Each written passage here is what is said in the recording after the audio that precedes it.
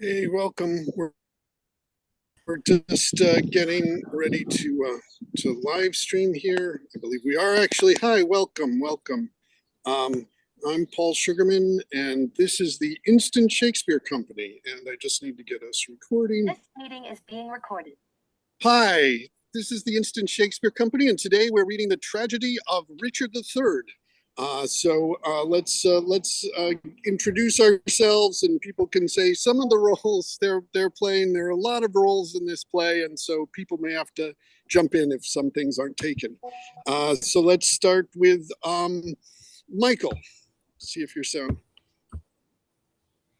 Michael, I don't know. I'm not hearing Michael. Okay, Ken. Ken Wayne, I'm doing Duke of Buckingham and Richmond.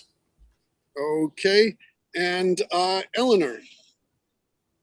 I am playing Lady Anne and Richard, Duke of York. And I'm also playing Clarence's daughter and the Earl of Surrey and whatever else may be thrown my way. Okay, and Kitty. Hi, I'm Kitty Chen, and I'm going to be reading Margaret, Queen Margaret, and the Bishop of Ely, and others. Okay, and Michael, is your sound still not working? Let me just, okay, Mark. I'm Mark Gehring, and I'm doing Edward IV, Pursuivant, Tyrrell, Christopher, and the Ghost of Henry VI. Okay, and Jackie. Oh, I'm doing the Duchess, murderer, citizen one, some pedestrians, villains, Saint John, James Blunt, and is that Catesby or Catsby? How do you say that? Catesby. Catesby. Okay, Catesby. Okay, and Catesby. I thought it was Catesby. And Angus. Hi, Angus Hepburn from London, doing Lord Hastings, Brackenbury, the Ghost of Prince Edward, the Earl of Oxford, Cardinal, Sir Walter Herbert, Lord Grey, and one of the citizens. All right, and Jerry Lynn. Hi, I'm Geraldine. I'm doing Queen Elizabeth, second villain, Lord Lovell, second citizen, and whatever else comes my way. Okay, and Andrew. Hi, I'm Andrew Parks, and I'm reading Richard of Gloucester, One Day Hoping to be King. That day will come, I have a feeling. Let's see, has Michael gotten back, or I guess, well, Clarence. Yes, Michael's doing Clarence and Radcliffe, and hopefully he'll be back. And so let's begin. And just a reminder, when you're in the scene, you have your camera and sound on, and turn them off when you're not. So enjoy the tragedy of Richard III.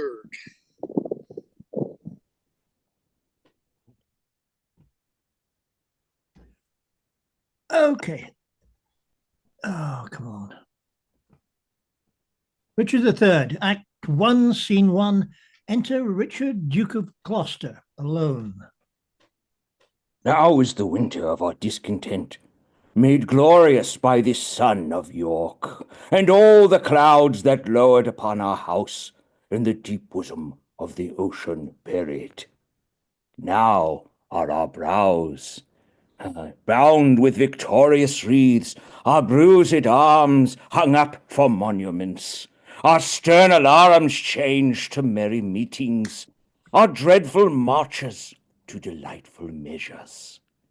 Grim-visaged war hath smoothed his wrinkled front, and now, instead of mounting barbed steeds to fright the souls of fearful adversaries, he capers nimbly in a lady's chamber to the lascivious pleasing of a lute. But I, that am not shaped for sportive tricks, nor made to court an amorous looking-glass, I, that am rudely stumped and want love's majesty to strut before a wanton ambling nymph. I, that am curtailed of this fair proportion, cheated of feature by dissembling nature, deformed, unfinished, sent before my time into this breathing world, scarce half made up, and that so lamely and unfashionable that dogs bark at them as I halt by them. Why I, in this weak piping time of peace, have no delight to pass away the time, unless to see my shadow in the sun, and descant on mine own deformity. And therefore, since I cannot prove a lover to entertain these fair, well-spoken days, I am determined to prove a villain, and hate the idle pleasure of these days.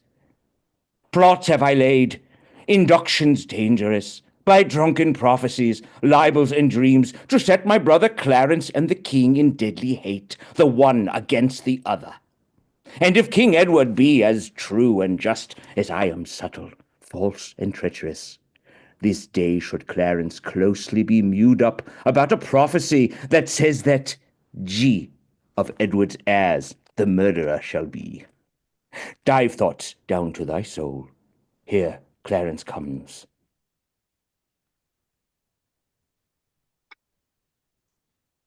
Brother, good day. What means this armed guard that waits upon your grace?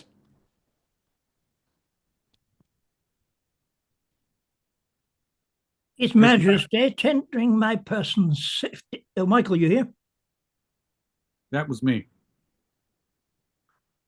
Speak up, Clarence.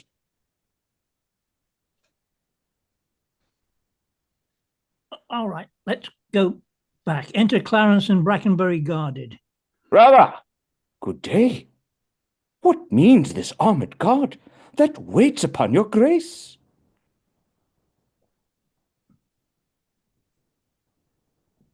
His Majesty tendering my person's safety hath appointed this conduct to convey me to the Tower. Upon what cause? Because my name is George. Alack, my lord, that fault is none of yours. He should for that commit your godfathers. Oh, belike, his Majesty has some intent that you should be new christened in the Tower. But what's the matter, Clarence, may I know? Yes, Richard, when I know, but I protest as yet I do not. But as I can learn, he hearkens after prophecies and dreams, and from the crossroad plucks the letter G and says a wizard told him that by G his issue disinherited should be. And for my name of George begins with G, it follows in his thought that I am he. Those, as I learn, and such like toys as these hath moved his highness to commit me now. Why, this is it, when men are ruled by women. 'Tis not the king that sends you to the Tower. My Lady Grey, his wife, Clarence, 'tis she that tempts him to this harsh extremity. Was it not she, and that good man of worship, Anthony Woodville, her brother there, that made him send Lord Hastings to the Tower, from whence this present day he is delivered? Oh, we are not safe, Clarence, we are not safe. By heaven, I think there is no man secure but the Queen's kindred and night-walking heralds that trudge betwixt the king and Mistress Shore. Heard you not what an humble suppliant Lord Hastings was for her delivery? Humbly complaining to her deity, got my Lord Chamberlain his liberty. I'll tell you what, I think it is our way, if we will keep in favour with the king, to be her men and wear her livery. The jealous o'erworn widow and herself, since that our brother dubbed them gentlewomen, are mighty gossips in our monarchy. I beseech your graces both to pardon me. His Majesty has straitly given in charge that no man shall have private conference of what degree soever with your brother. Even so, and please your worship, Brackenbury, you may partake of anything we say. We speak no treason, man. We say the king is wise and virtuous, and his noble queen, well struck in years, fair and not jealous. We say that Shaw's wife hath a pretty foot, a cherry lip, a bonny eye, a passing pleasing tongue, and that the queen's kindred are made gentle folks. How say you, sir? Can you deny all this? With this, my lord, myself have naught to do. Naught to do with Mistress Shaw. I tell thee, fellow, he that doth naught with her, excepting one, were best to do it secretly alone. But one, my lord. Her husband, knave, wouldst thou betray me? I do beseech your grace to pardon me, and withal forbear your conference with the noble duke. We know thy charge, Brackenbury, and will obey. We are the queen's abjects, and must obey. Brother, farewell. I will unto the king, and whatsoe'er you will employ me in, were it to call King Edward's widow sister, I will perform it to enfranchise you. Meantime, this deep disgrace in brotherhood touches me deeper than you can imagine. I know it pleaseth neither of us well. Well, your imprisonment shall not be long. I will deliver you, or else lie for you. Meantime, have patience. I must perforce farewell. Exit Clarence. Go tread the path that thou shalt ne'er return. Simple, plain Clarence, I do love thee so, that I will shortly send thy soul to heaven, if heaven will take the present at our hands. But who comes here? The new delivered Hastings. Enter Lord Hastings. Good time of day unto my gracious lord. As much unto my good Lord Chamberlain. Well are you welcome to this open air. How hath your lordship brooked imprisonment? With patience, noble lord, as prisoners must. But I shall live, my lord, to give them thanks that were the cause of my imprisonment. No doubt, and so shall Clarence too. For they that were your enemies are his, and have prevailed as much on him as you. More pity than the eagle should be mewed, whilst kites and buzzards play at liberty. What news abroad? No news so bad abroad as this at home. The king is sickly, weak, and melancholy, and his physicians fear him mightily. Now, by St. John, that news is bad indeed. Oh, he hath kept an evil diet long, and o'ermuch consumed his royal person. 'Tis very grievous to be thought upon. Where is he? In his bed? He is. Go you before, and I will follow you. Exit Hastings. He cannot live, I hope, and must not die till George be packed with post-horse up to heaven. I'll in to urge his hatred more to Clarence, with lies well steeled with weighty arguments, and if I fail not in my deep intent, Clarence hath not another day to live. Which done, God take King Edward to his mercy, and leave the world for me to bustle in. For then I'll marry Warwick's youngest daughter. What though I killed her husband and her father? The readiest way to make the wench amends is to become her husband and her father, the which will I, not all so much for love, as for another secret, gross intent, by marrying her, which I must reach unto. But yet I run before my horse to market. Clarence still breathes, Edward still lives and reigns. When they are gone, then must I count my gains. And Richard exits. Scene 2. Enter the corpse of Henry VI with halberds to guard it. Lady Anne being the mourner. Set down, your honourable lord. If honour may be shrouded in a hearse, whilst I awhile obsequiously lament the untimely fall of virtuous Lancaster. Poor, cold figure of a holy king. Poor ashes of the house of Lancaster.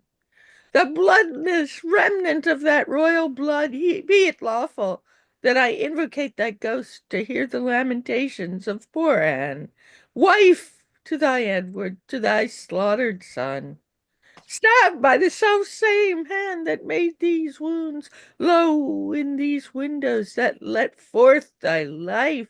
I pour the helpless balm of my poor eyes. Oh, cursed be the hand that made these holes. Cursed the heart that had the heart to do it. Cursed the blood that let this blood from hence. More direful hap betide that hated wretch that makes us wretched by the death of thee than I can wish to wolves, to spiders, toads, or any creeping venom thing that lives, if ever he have child, abortive be it, prodigious and untimely brought to light, whose ugly and unnatural aspect might fright the hopeful mother at the view, and that be heir to his unhappiness. If ever he have wife, let her be made more miserable by the death of him than I am made by my young lord and thee.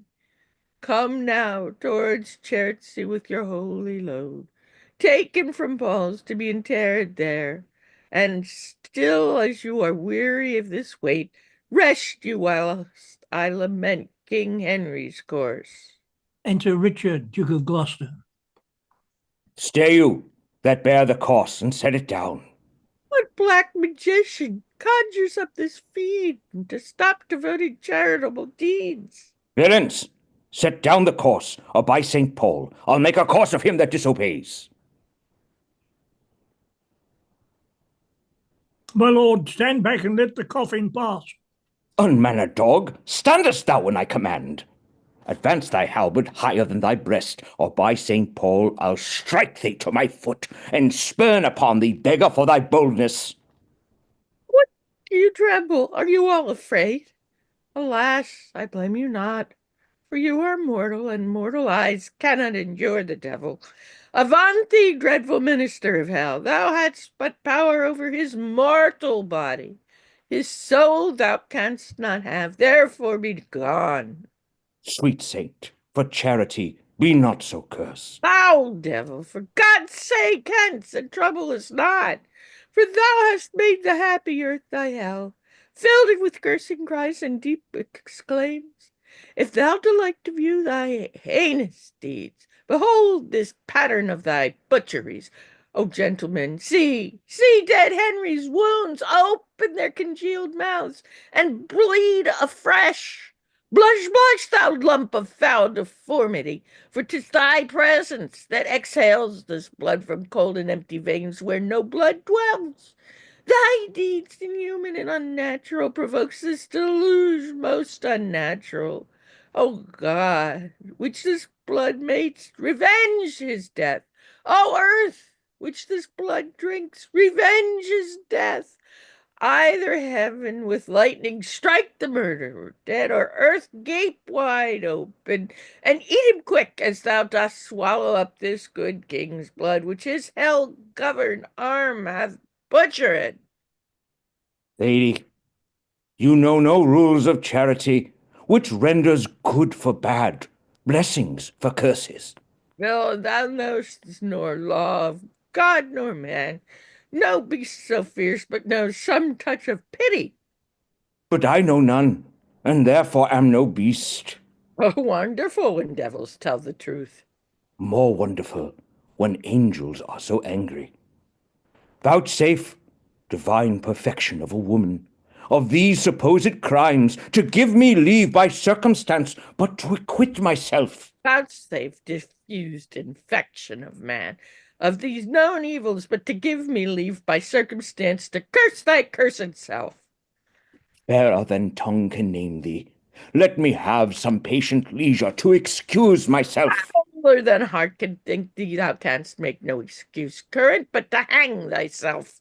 By such despair, I should accuse myself. And by despairing shalt thou stand excused for doing worthy vengeance on thyself that didst unworthy slaughter upon others.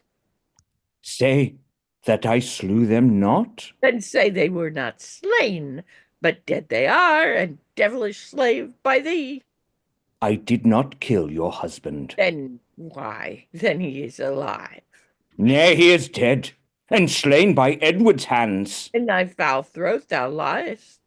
Queen Margaret saw thy murderous falchion smoking in his blood, the which thou once didst bend against her breast, but that thy brothers beat aside the point. I was provoked by her slanderous tongue that laid that guilt upon my guiltless shoulders. Thou wast provoked by thy bloody mind that never dreamst on aught but butcheries. Didst thou not kill this king? I grant ye. Dost grant me, hedgehog? Then God grant me too. Thou mayst be damned for that wicked deed, or oh, he was gentle, mild, and virtuous. The better for the King of heaven that hath him. He is in heaven where thou shalt never come. Let him thank me that hoped to send him thither, for he was fitter for that place than earth. And thou unfit for any place but hell. Yes, one place else, if you will hear me name it. Some dungeon. Your bedchamber. I'll rest beside the chamber where thou liest. So will it, madam, till I lie with you. I hope so. I know so. But, gentle Anne, to leave this keen encounter of our wits and fall something into a slower method, is not the causer of the timeless deaths of these Plantagenets, Henry and Edward, as blameful as the executioner? Thou wast the cause, and most accursed effect. Your beauty was the cause of that effect. Your beauty, that did haunt me in my sleep, to undertake the death of all the world, so I might live 1 hour in your sweet bosom. If I thought that, I'd tell thee, homicide, these nails should rend that beauty from my cheeks. These eyes could not endure that beauty's wreck. You should not blemish it if I stood by. As all the world is cheered by the sun, so I by that. It is my day, my life. Black night o'ershade thy day, and death thy life. Curse not thyself, fair creature. Thou art both. I would to be revenged on thee. It is a quarrel most unnatural, to be revenged on him that loveth thee. It is the quarrel just and reasonable, to be revenged on him that killed my husband. He that bereft thee, lady, of thy husband, did it to help thee to a better husband. He better doth not breathe upon the earth. He lives, that loves thee better than he could. Name him. Plantagenet. Why, that was he. The self-same name, but one of better nature. Where is he? Here. Spits at him. Why dost thou spit at me? Would it were mortal poison for thy sake? Never came poison from so sweet a place. Never hung poison on a fouler toad. Out of my sight, thou doth infect mine eyes. Thine eyes, sweet lady, have infected mine. Would they were basilisks to strike thee dead. I would they were, that I might die at once. But now they kill me with a living death. Those eyes of thine, from mine, have drawn salt tears. Shame their aspect with store of childish drops. These eyes, which never shed remorseful tear. No, when my father York and Edward wept to hear the piteous moan that Rutland made when black-faced Clifford shook his sword at him.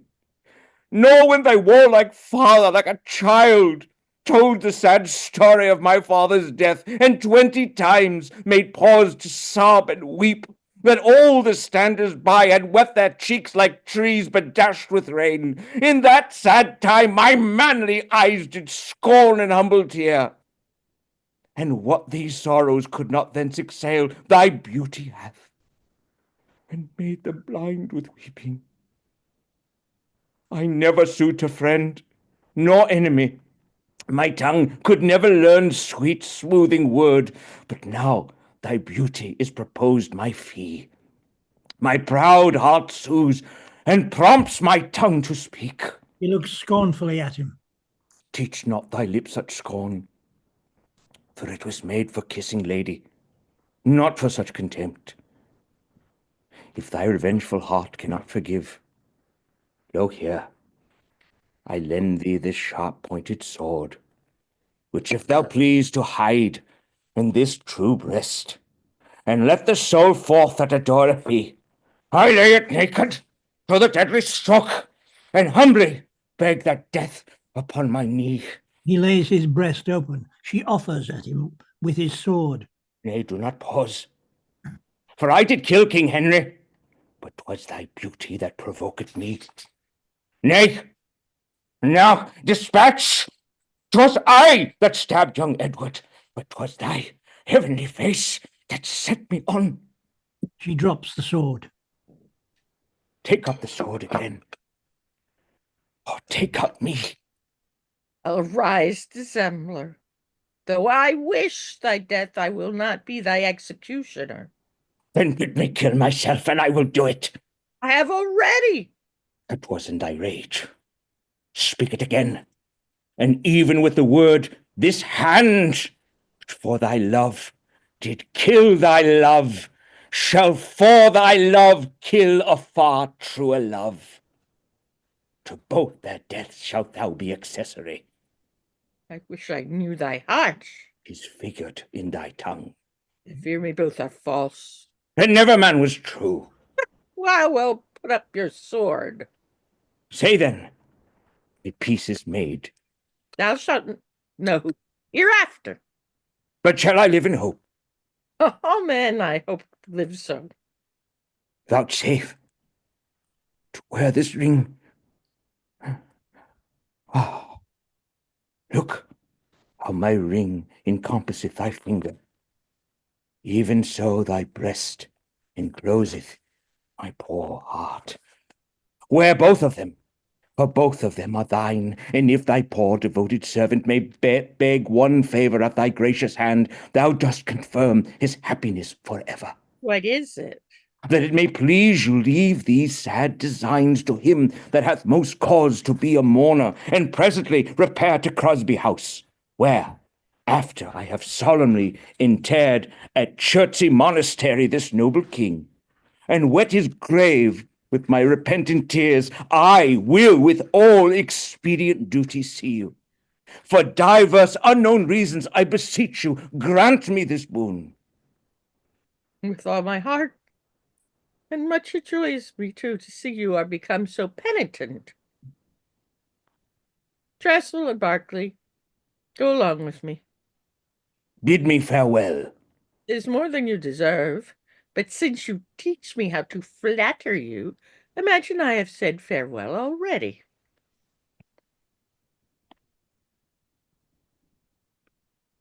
Towards Chertsey, noble lord. No, to Whitefriars. There attend my coming. And they exit. Was ever woman in this humour wooed? Was ever woman in this humour won? I'll have her, but I will not keep her long.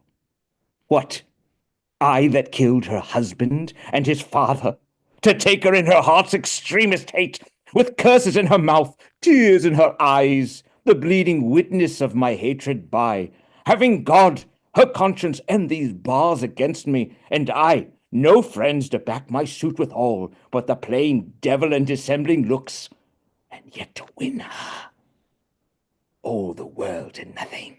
Ha! Has she forgot already that brave prince, Edward, her lord, whom I, some 3 months since, stabbed in my angry mood at Tewkesbury? A sweeter and a lovelier gentleman, framed in the prodigality of nature, young, valiant, wise, and no doubt right regal, the spacious world cannot again afford. And will she yet abase her eyes on me, that cropped the golden prime of this sweet prince, and made her widow to a woeful bed? On me, whose all not equals Edward's moiety? On me, that halts and am misshapen thus? My dukedom to a beggarly denier, I do mistake my person all this while. Upon my life, she finds, although I cannot, myself to be a marvellous proper man. I'll be at charges for a looking-glass, and entertain a score or two of tailors to study fashions to adorn my body. Since I am crept in favour with myself, I will maintain it with some little cost. But first, I'll turn yon fellow in his grave, and then return lamenting to my love. Oh, shine out, fair sun, till I have brought a glass, that I may see my shadow as I pass. And he exits. Scene 3. Enter the Queen Mother, Lord Rivers, and Lord Grey. We need a Rivers. Okay. Have patience, madam. There's no doubt His Majesty will soon recover his accustomed health. In that you brook it ill, it makes him worse. Therefore, for God's sake, entertain good comfort and cheer his grace with quick and merry eyes. If he were dead, what would betide on me? No other harm but loss of such a lord. The loss of such a lord includes all harms. The heavens have blessed you with a goodly son to be your comforter when he is gone. He is young, and his minority is put into the trust of Richard Gloucester, a man that loves not me nor none of you. Is it concluded he shall be protector? It is determined, not concluded yet, but so it must be if the king miscarry. Enter Buckingham and Derby. Here comes the Lord of Buckingham and Derby. Good time of day unto your royal grace. God make your majesty joyful as you have been. The Countess Richmond, good my lord of Derby, to your good prayer will scarcely say amen. Yet, Derby, notwithstanding she's your wife and loves not me, be you, good lord, assured, I hate not you for her proud arrogance. I do beseech you, either not believe the envious slanders of her false accusers, or if she be accused on true report, bear with her weakness, which I think proceeds from wayward sickness and no grounded malice. Saw you the king today, my lord of Derby? How the Duke of Buckingham and I are come from visiting his majesty. What likelihood of his amendment, lords? Madam, Madam, good hope. His grace speaks cheerfully. God grant him health. Did you confer with him? Aye, madam. He desires to make atonement between the Duke of Gloucester and your brothers, and between them and my Lord Chamberlain, and sent to warn them to his royal presence. Would all were well, but that will never be. I fear our happiness is at a height. Enter Richard. They do me wrong, and I will not endure it. Who is it that complains unto the king that I, forsooth, am stern and love them not? By holy Paul, they love his grace but lightly that fills his ears with such dissentious rumours. Because I cannot flatter and look fair, smile in men's faces, smooth, deceive, and cog, duck with French nods and apish courtesy, I must be held a rancorous enemy? Cannot a plain man live and think no harm, but thus his simple truth must be abused with silken, sly, insinuating jacks? Who in all this presence speaks, your grace? To thee, that hast nor honesty nor grace. When have I injured thee? When done thee wrong? Or thee, or any of your faction, or plague upon you all? His royal grace, whom God preserve better than you would wish, cannot be quiet scarce a breathing while, but you must trouble him with lewd complaints. Brother of Gloucester, you mistake the matter. The king on his own royal disposition, and not provoked by any suitor else, aiming belike at your interior hatred that in your outward action shows itself against my children, brothers, and myself, makes him to send that he may learn the ground of your ill will, and thereby to remove it. I cannot tell. The world is grown so bad that wrens make prey where eagles dare not perch. Since every jack became a gentleman, there's many a gentle person made a jack. Come, we know your meaning, brother Gloucester. You envy my advancement and my friends. God grant we may never have need of you. Meantime, God grants that I have need of you. Our brother is imprisoned by your means, myself disgraced, and the nobility held in contempt. while great promotions are daily given to ennoble those that scarce some 2 days since were worth a noble. By him that raised me to this careful height, from that contented hap which I enjoyed, I never did incense his majesty against the Duke of Clarence, but have been an earnest advocate to plead for him. My lord, you do me shameful injury, falsely to draw me in these vile suspects. You may deny that you were not the mean of my Lord Hastings' late imprisonment. She may, my lord, for... She may, Lord Rivers, why who knows not so? She may do more, sir, than denying that. She may help you to many fair preferments, and then deny her aiding hand therein, and lay those honours on your high desert. What may she not? She may, I marry, may she... What marry may she? What marry may she? Marry with a king, a bachelor, and a handsome stripling too. I wish your grandam had a worse match. My lord of Gloucester, I have too long borne your blunt upbraidings and your bitter scoffs. By heaven, I will acquaint his majesty of those gross taunts that oft I have endured. I had rather be a country servant maid than a great queen with this condition, to be so baited, scorned, and stormed at. Small joy have I in being England's queen. Enter old Queen Margaret. Blessed be that small God, I beseech him, thy honor, state, and seat is due to me. What? Threat you me with telling of the king? I will avouch it in presence of the king. I dare adventure to be sent to the tower. 'Tis time to speak, my pains are quite forgot. Out, devil, I do remember them too well. Thou killedst my husband Henry in the Tower, and Edward my poor son at Tewkesbury. Ere you were queen, I, or your husband king, I was a pack-horse in his great affairs, a weeder out of his proud adversaries, a liberal rewarder of his friends. To royalize his blood I spent my own. Aye, and much better blood than his or thine. In all which time you and your husband Grey were factious for the house of Lancaster. And Rivers, so were you. Was not your husband in Margaret's battle at St. Albans slain? Let me put in your minds, if you forget what you have been ere this, and what you are, withal what I have been, and what I am. A murderous villain, and so still thou art. Poor Clarence did forsake his father Warwick, aye, and forswore himself, which Jesu pardon, Which God revenge, to fight on Edward's party for the crown. And for his meed, poor lord, he is mewed up.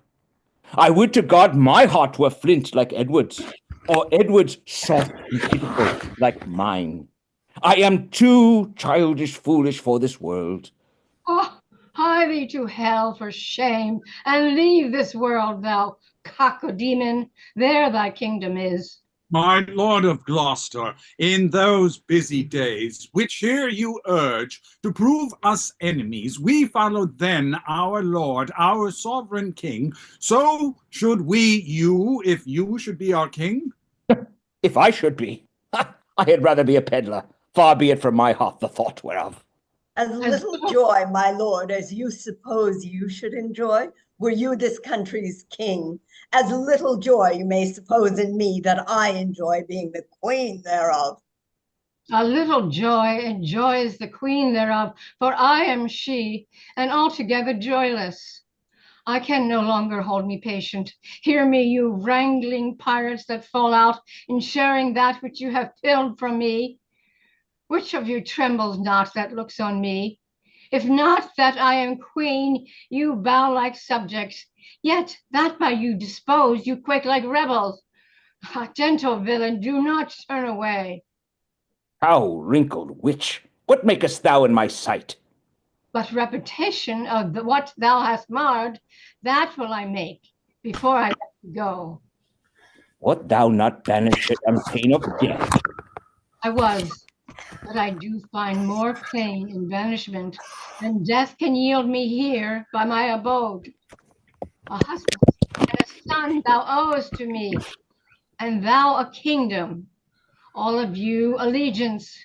This sorrow that I have by right is yours, and all the pleasures you usurp are mine.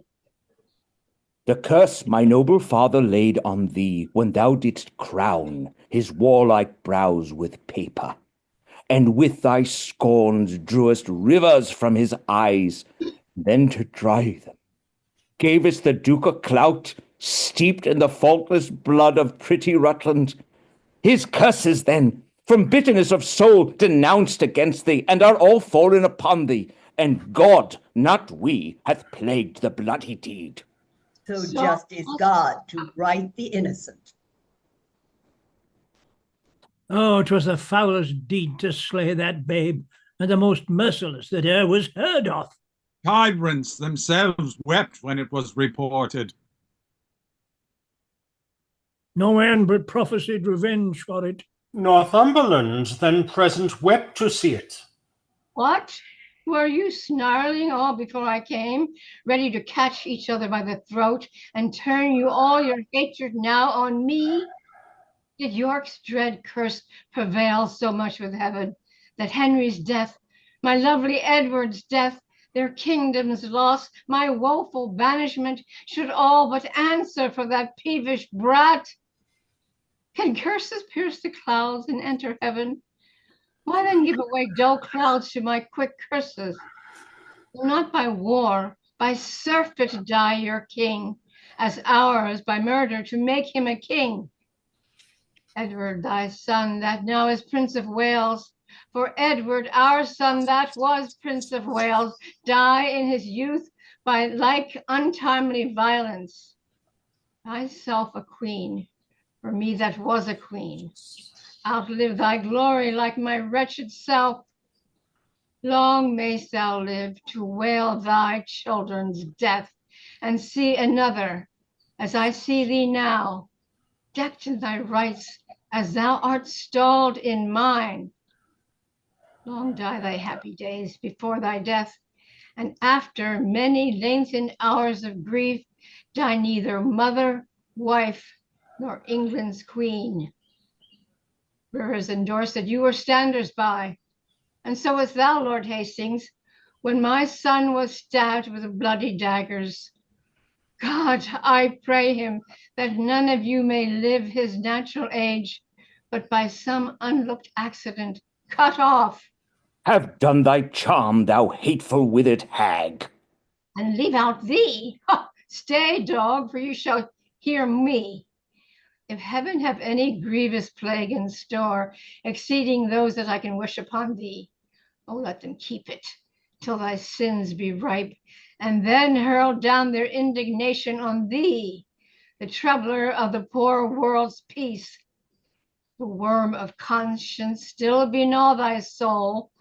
Thy friends suspect for traitors while thou livest, and take deep traitors for thy dearest friends.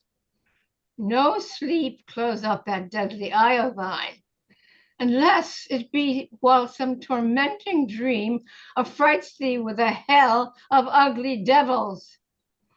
Thou elvish mart, abortive rooting hog, thou that was sealed in thy nativity, the slave of nature and the son of hell, thou slander of thy heavy mother's womb, thou loathed issue of thy father's loins, thou rag of honor, thou detested. Margaret. Richard. Ha! I call thee not. I cry thee mercy then, for I did think that thou hadst called me all these bitter names. Why, so I did, but looked for no reply. Oh, let me make the period to my curse. 'Tis done by me, and ends in Margaret. Thus have you breathed your curses against yourself.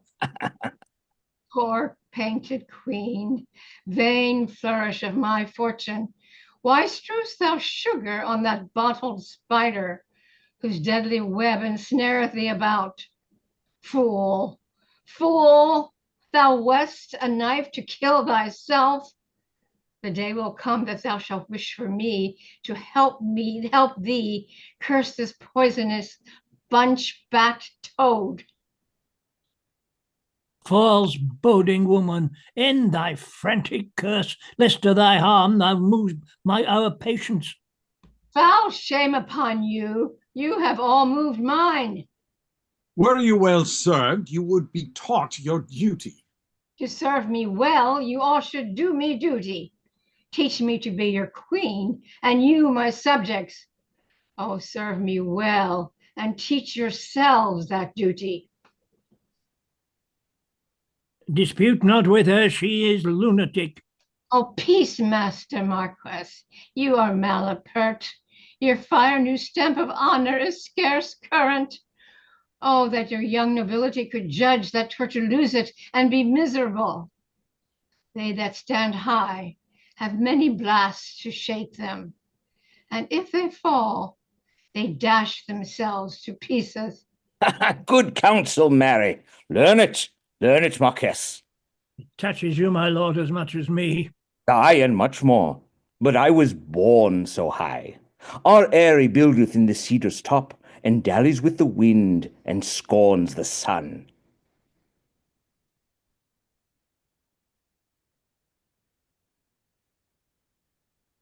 Margaret. Oh, Margaret, not Queen Margaret. No, it's you. Isn't there a Margaret? I think that's Elizabeth. No, it's not. It's Queen Margaret. Oh, mine just, okay. Yeah, they changed the prefixes or whatever. He turns the sun to shade. Alas, alas, witness my son, now in the shape of death, shade of death, whose bright outshining beams thy cloudy wrath hath in eternal darkness folded up. Your eyrie buildeth in our eyrie's nest. O God that ceaseth, do not suffer it. It is one with blood, lost be it so. Peace, peace for shame, if not for charity. Urge neither charity nor shame to me. Uncharitably with me have you dealt, and shamefully my hopes by you are butchered. My charity is outrage, life my shame, and in that shame still live my sorrow's rage. Have done, have done. O princely Buckingham, I'll kiss thy hand in sign of league and amity with thee. Now fair befall thee in thy noble house. Thy garments are not spotted with our blood, nor thou within the compass of my curse. Nor no one here, for curses never pass the lips of those that breathe them in the air. I will not think but they ascend the sky, and there await God's gentle sleeping peace. O Buckingham, take heed of yonder dog. Look where he fawns, he bites, and when he bites, his venom tooth will rankle to the death. Have not to do with him, beware of him. Sin, death, and hell have set their marks on him, and all their ministers attend on him. What doth she say, my lord of Buckingham? Nothing that I respect, my gracious lord. Dost thou scorn me for my gentle counsel, and sooth the devil that I warn thee from? But remember this another day, when he shall split thy very heart with sorrow, and say, poor Margaret was a prophetess. Live each of you the subjects to his hate, and he to yours, and all of you to God's. And she exits. My hair doth stand an end to hear her curses. And so doth mine. I muse why she's at liberty. I cannot blame her, by God's holy mother. She hath had too much wrong, and I repent my part thereof that I have done to her. I never did her any, to my knowledge. Yet you have all the vantage of her wrong. I was too hot to do somebody good, that is too cold in thinking of it now.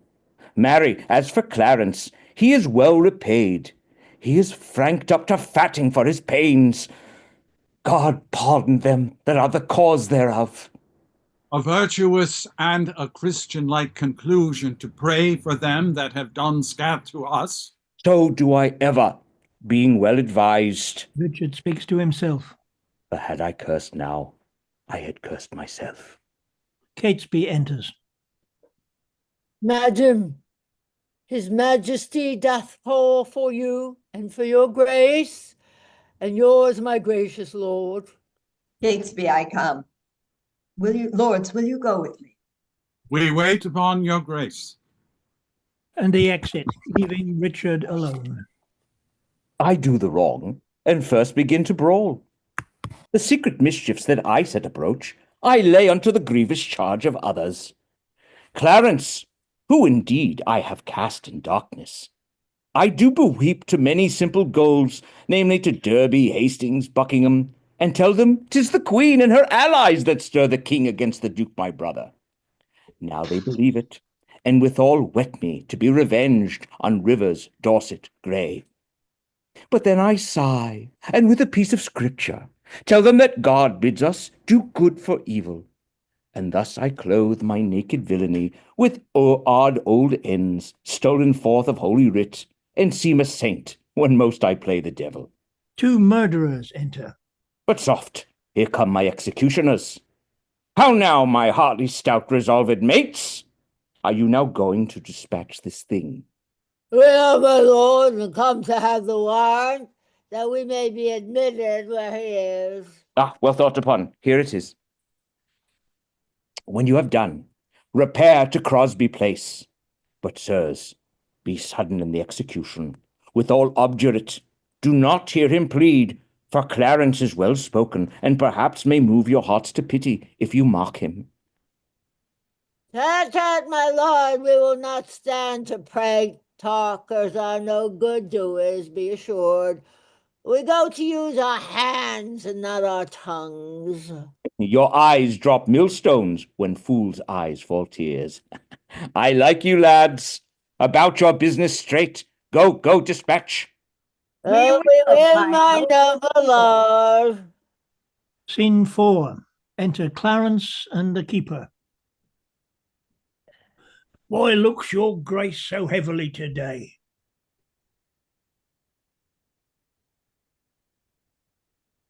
Oh, I have passed a miserable night, so full of fearful dreams of ugly sights that as I am a Christian faithful man, I would not spend another such a night, though 'twere to buy a world of happy days. So full of dismal terror was the time.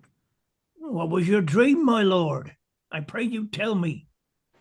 Methoughts that I had broken from the tower and was embarked to cross to Burgundy, and in my company my brother Gloucester, who from my cabin tempted me to walk upon the hatches.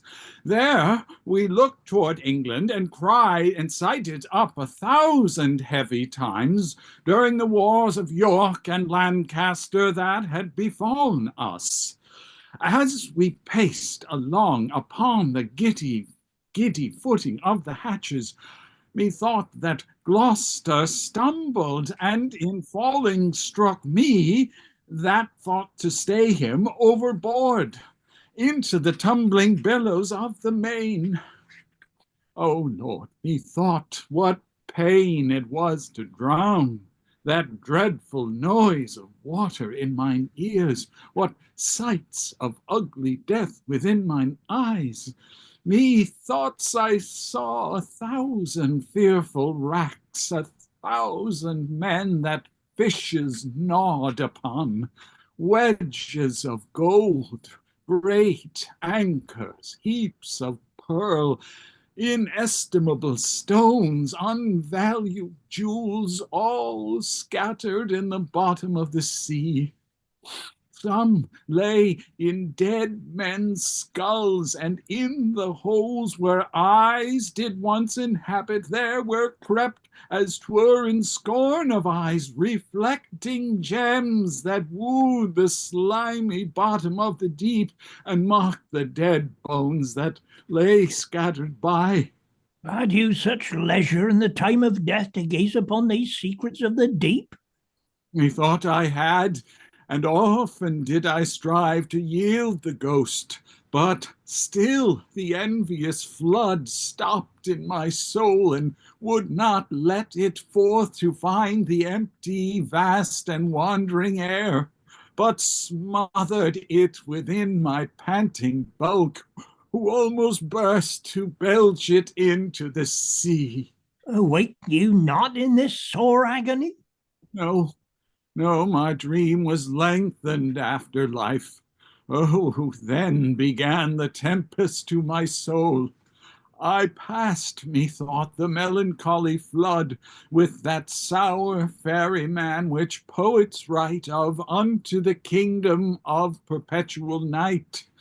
The first that there did greet my stranger soul was my great father-in-law, renowned Warwick, who spake aloud, "What scourge for perjury can this dark monarchy afford, false Clarence?"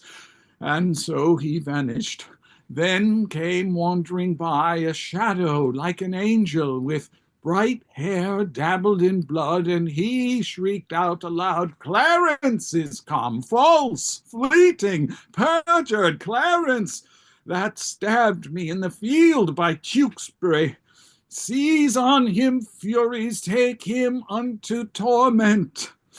With that, methought, a legion of foul fiends environed me and howled in mine ears such hideous cries that with the very noise I trembling wait, and for a season after could not believe but that I was in hell, such terrible impression made my dream.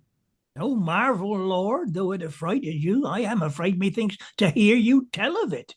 Keeper, I have done these things that now give evidence against my soul, for Edward's sake, and see how he requites me. Oh, God, if my deep prayers cannot appease thee, but thou wilt be avenged on my misdeeds, yet execute thy wrath in me alone.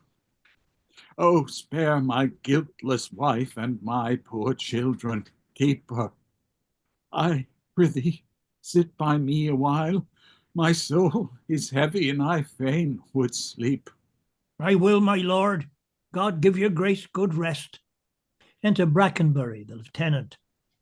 Sorrow breaks seasons, and reposing hours makes the night morning and the noontide night.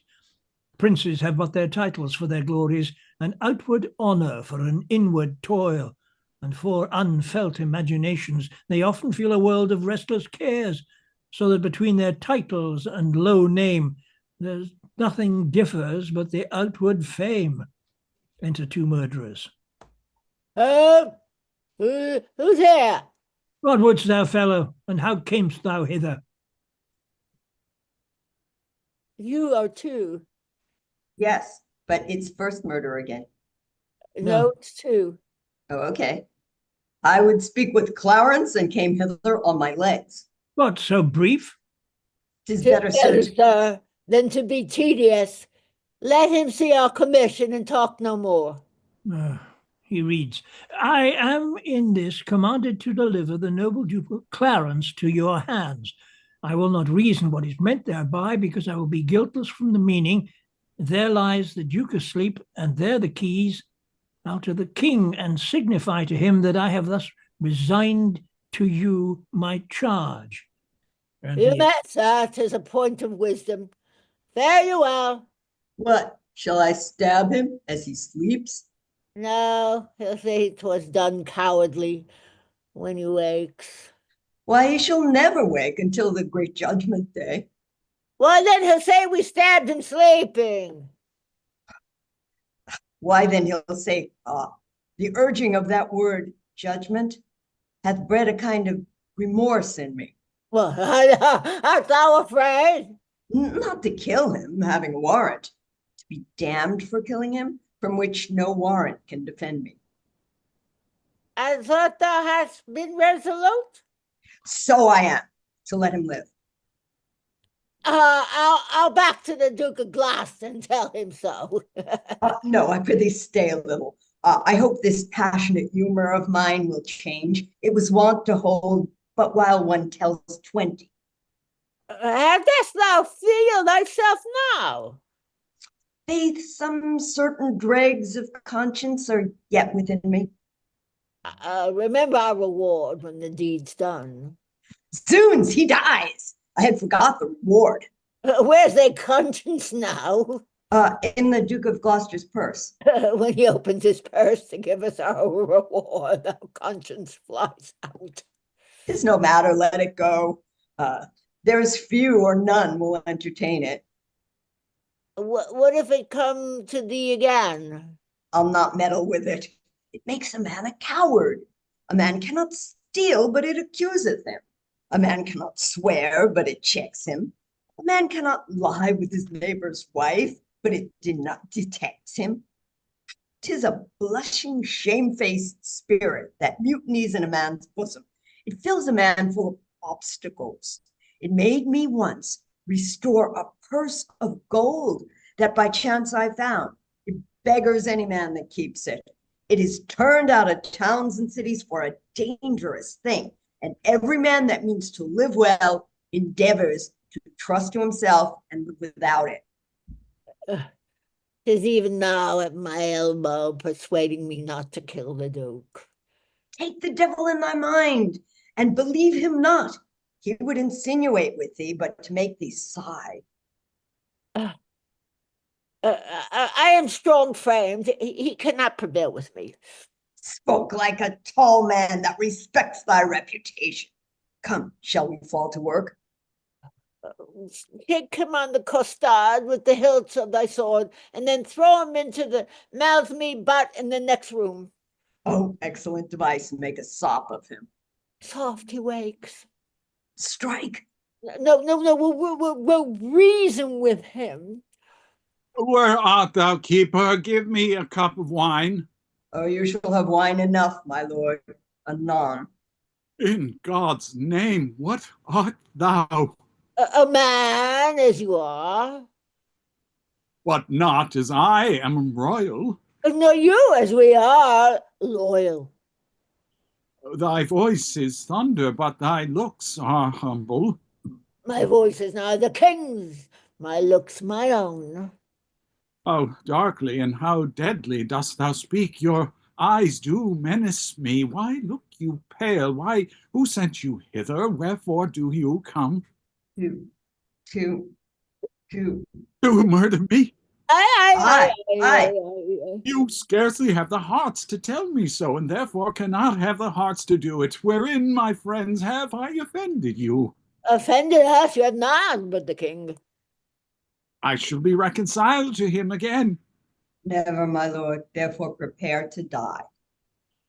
Are you drawn forth among a world of men to slay the innocent? What is my offense? Where is the evidence that doth accuse me? What lawful quest has given their verdict up unto the frowning judge? Or who pronounced the bitter sentence of poor Clarence' death before I convict by course of law? To threaten me with death is most unlawful. I charge you, as you hope for any goodness, that you depart and lay no hands upon me, that the deed you undertake is damnable. What we will do, we do upon command. And he that hath commanded is the king. Erroneous vassals, Erroneous, the great King of kings, hath in the table of his law commanded that thou shalt do no murder. Will you then spurn at his edict and fulfill a man's? Take heed, for he holds vengeance in his hand to hurl upon the heads that break his law. And that same vengeance doth he hurl on thee, for false forswearing, and for murder too. Thou didst receive the sacrament to fight in quarrel of the house of Lancaster. And like a traitor to the name of God, didst thou break that vow, and with thy treacherous blade unrips the bowels of thy son's sovereign son? Whom thou wast sworn to cherish and defend. How canst thou urge God's dreadful law to us when thou hast broken in such a dear degree? Alas, for whose sake did I that ill deed? For Edward, for my brother, for his sake.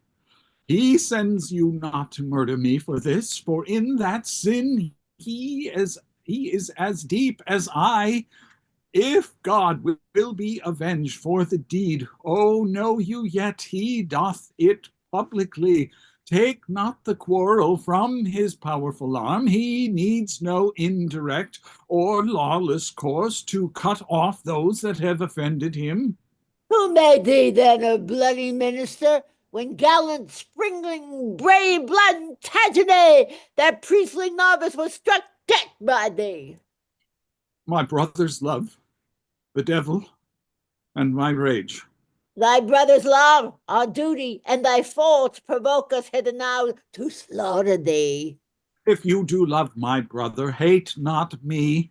I am his brother, and I love him well. If you are hired for meed, go back again, and I will send you to my brother Gloucester, who shall reward you better for my life than Edward will for tidings of my death. You are deceived. Your brother Gloucester hates you. Oh, no, he loves me, and he holds me dear. Go you to him from me. Aye, so we will. Tell him when that our princely father York blessed his 3 sons with his victorious arm, he little thought of this divided friendship. Bid Gloucester think on this, and he will weep. Aye, millstones, as he lessoned us to weep. Oh, do not slander him, for he is kind. Right as snow in harvest. Come, you deceive yourself. 'Tis he that sends us to destroy you here. It cannot be, for he bewept my fortunes and hugged me in his arms and swore with sobs that he would labor my delivery.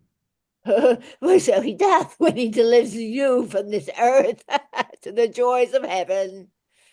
Make peace with God, for you must die, my Have you that holy feeling in your souls to counsel me to make my peace with God? And are you yet to your own soul so blind that you will war with God by murdering me? Oh, sirs, consider that they set you on to do this deed will hate you for the deed. What shall we do? Relent and save your souls. Which of you, if you were a prince's son, being pent from liberty as I am now, if 2 such murderers as yourselves came to you, would you not entreat for life as you would beg were you in my distress? Relent no. 'Tis cowardly and womanish. Not to relent is beastly, savage, devilish. My friend, I spy some pity in thy looks. Oh, if thine eye be not a flatterer, come thou on my side and entreat for me, a begging prince who begs, pities not. What beggar pities not? Look behind you, my lord. And that, and that. If all this will not do, I'll drown you in the Mamsie, but within. He stabs him, and they exit. Bloody deed and desperately dispatched. How fain like Pilate would I wash my hands of this most grievous murder. So now, what meanest thou that thou helpst me not? By heaven, the Duke shall know how slack you have been. I would he knew that I had saved his brother. Take thou the fee and tell him what I say, for I repent thee that the Duke is slain. And he exits. So do not I. Go, coward as thou art. Well, I'll go hide the body in some hole till that the Duke give order for his burial. And when I have my meat, I will away, for this will out, and then I must not stay. And he exits. Act 2, Scene 1. The Flourish. King enters sick. The Queen, Lord Marquis Dorset, Rivers, Hastings, Catesby, Buckingham, and Woodville. Why, so now have I done a good day's work. You peers continue this united league. I every day expect an embassage from my Redeemer to redeem me hence, and more to peace my soul shall part to heaven, since I have made my friends at peace on earth. Dorset and Rivers, take each other's hand. Dissemble not your hatred. Swear your love. By heaven, my soul is purged from grudging hate, and with my hand I seal my true heart's love. So thrive I, as I truly swear the like. Take heed you dally not before your king, lest he that is the supreme king of kings confound your hidden falsehood and award either of you to be the other's end. So prosper I, as I swear perfect love, and as I love Hastings with my heart. Madam, yourself is not exempt from this, nor you, son Dorset, Buckingham, nor you. You have been factious, one against the other. Wife, love Lord Hastings. Let him kiss your hand, and what you do, do it unfeignedly. There, Hastings, I will never more remember our former hatred, so thrive I in mine. Dorset, embrace him. Embrace him. Hastings, love Lord Marquess. This interchange of love, I here protest upon my part, shall be inviolable, and so swear I.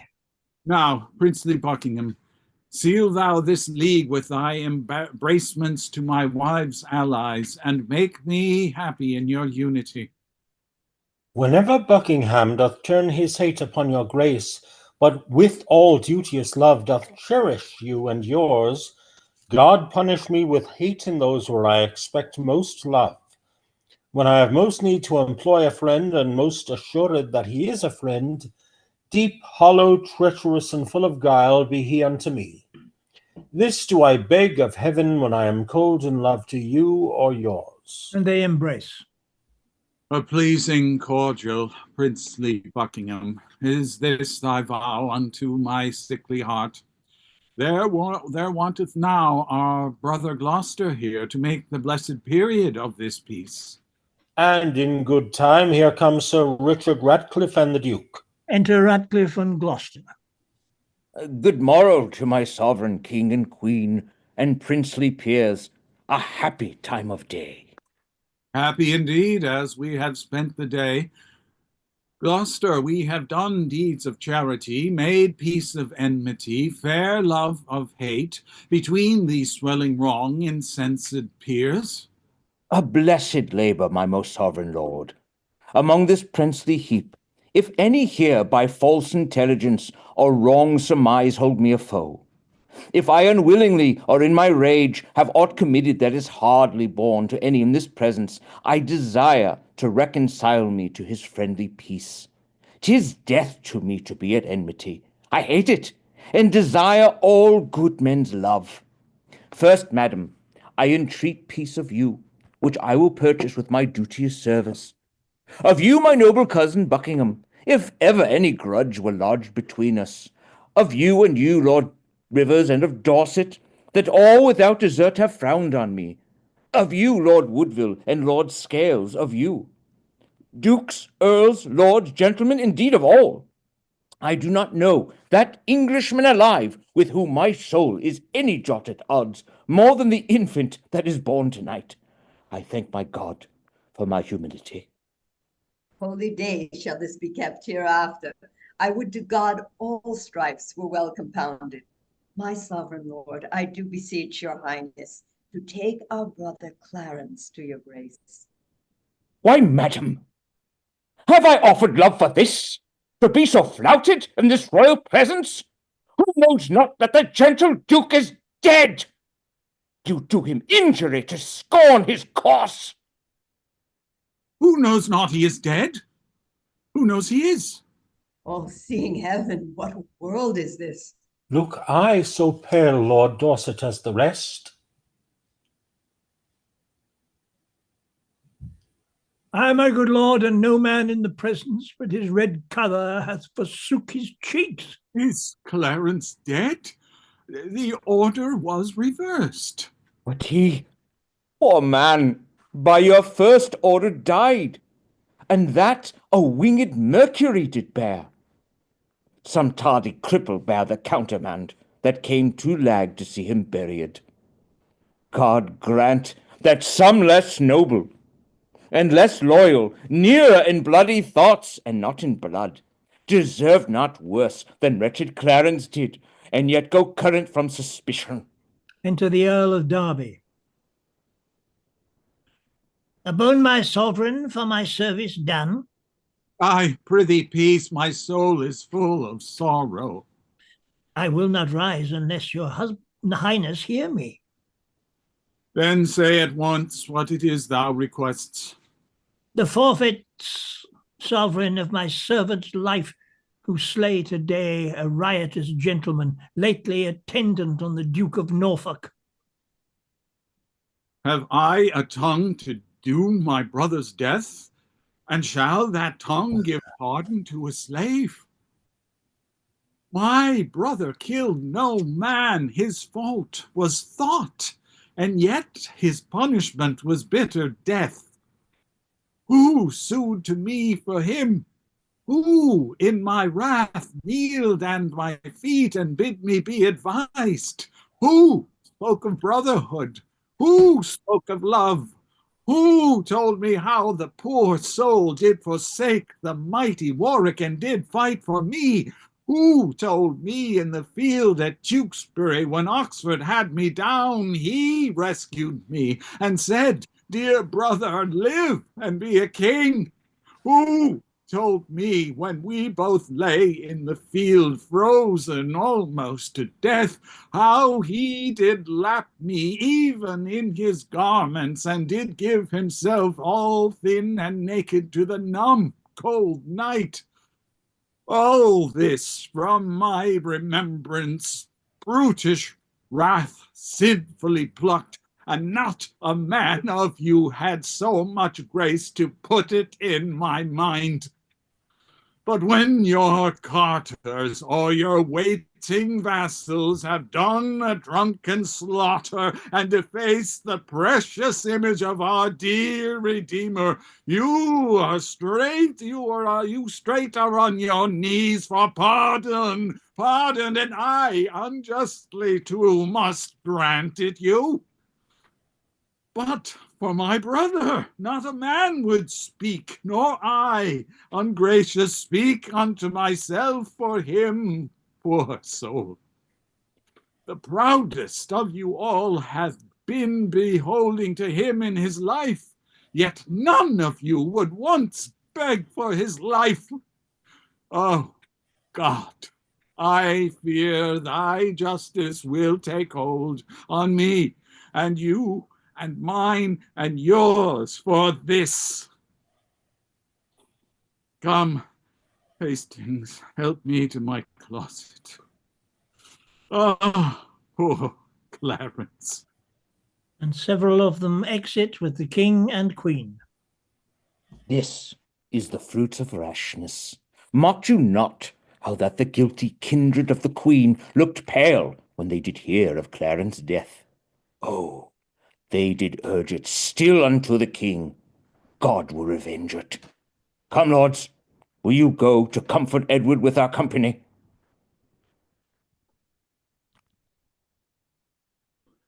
We wait upon your grace. And they exit. Scene. Oh, we wait upon your grace, yes. Yeah. Sorry. Scene 2. Enter the old Duchess of York with the 2 children of Clarence.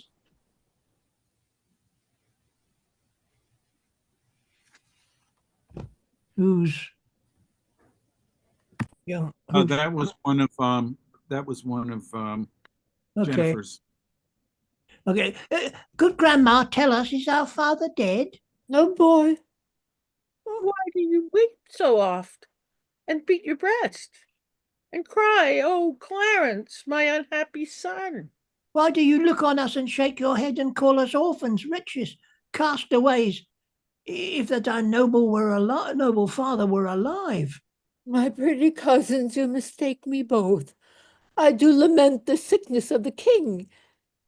Hath low to lose him, not your father's death. It were lost sorrow to wear one that's lost. Then you conclude, my grandam, he is dead. The king, mine uncle, is to blame for it. God will revenge it, whom I will importune with earnest prayers, all to that effect. And so will I. Peace. Peace, children, peace. The king doth love you well. Incapable and shallow innocence, you cannot guess who caused your father's death. Grandam, we can, for my good uncle Gloucester told me the king provoked it to it by the queen, devised impeachments to imprison him. And when my uncle told me so, he wept and pitied me and kindly kissed my cheek, bade me rely on him as on my father, and he would love me dearly as a child. That deceit should steal such gentle shape, and with a virtuous visor hide deep vice. He's my son, and therefore my shame. Yet with my dogs he drew not this deceit. Think you my uncle did dissemble, Grandam? Ay, boy. I cannot think it. Oh, hark, what noise is this? Ah, who shall hinder me to wail and weep, to chide my fortune and torment myself? I'll join with black despair against my soul, and to myself become an enemy. What means the seed of rude impatience? To make an act of tragic violence. Edward, my lord, thy son, our king, is dead. Why grow the branches when the root is gone? Why wither not the leaves that want their sap? If you will live, lament. If die, be brief, that our swift-winged souls may catch the king's, or like obedient subjects follow him to his new kingdom of ne'er-changing night. Oh, so much interest have in thy sorrow, as I had title in thy noble husband. I had bewept a worthy husband's death, and lived with looking on his images. But now 2 mirrors of his princely semblance are cracked in pieces by malignant death, and I for comfort have but one false glass that grieves me when I see my shame in him. Thou art a widow, yet thou art a mother, and hast the comfort of thy children left. But death has snatched my husband from mine arms, and plucked 2 crutches from my feeble hands. Clarence and Edward, oh, what cause have I, thy being but a moiety of my moan, to overgo thy woes and drown thy cries? Aunt, you wept not for our father's death. How can we aid you with our kindred tears? Our fatherless distress was left unmoaned. Your widow dollar likewise be unwept. Give me no help. Give me no help in lamentation. I am not barren to bring forth complaints. All springs reduce their currents to mine eyes, that I, being governed by the watery moon, may send forth plenteous tears to drown the world. Ah, for my husband, for my dear Lord Edward. Ah, for our father, for our dear Lord Clarence. Alas, for both mine, Edward and Clarence. What stay had I but Edward, and he's gone? What stay had we but Clarence, and he's gone? What stays had I but they, and they are gone? Was never widow had so dear a loss. Were never orphans had so dear a loss. Was never mother had so dear a loss. Alas, I am the mother of these griefs. Their woes are parcelled, mine is general. She for an Edward weeps, and so do I. I for a Clarence weeps, so doth not she. These babes for Clarence weep, so do not they. Alas, you 3, on me threefold distress. Pour all your tears, I am your sorrow's nurse, and I will pamper it with lamentation. Comfort, dear mother. God is much displeased that you take with unthankfulness his doing in common worldly things. 'Tis called ungrateful, with dull unwillingness to repay a debt which with a bounteous hand was kindly lent, much more to be thus opposite with heaven, for it requires the royal debt it lent you. Rivers? Madam, Now, bethink you like a careful mother of the young prince your son, send straight for him, and let him be crowned. In him your comfort lives. Drown desperate sorrow in dead Edward's grave, and plant your joys in living Edward's throne. Enter Richard, Buckingham, Derby, Hastings, and Ratcliffe. Sister, have comfort. All of us have cause to wail the dimming of our shining star, but none can help our harms by wailing them.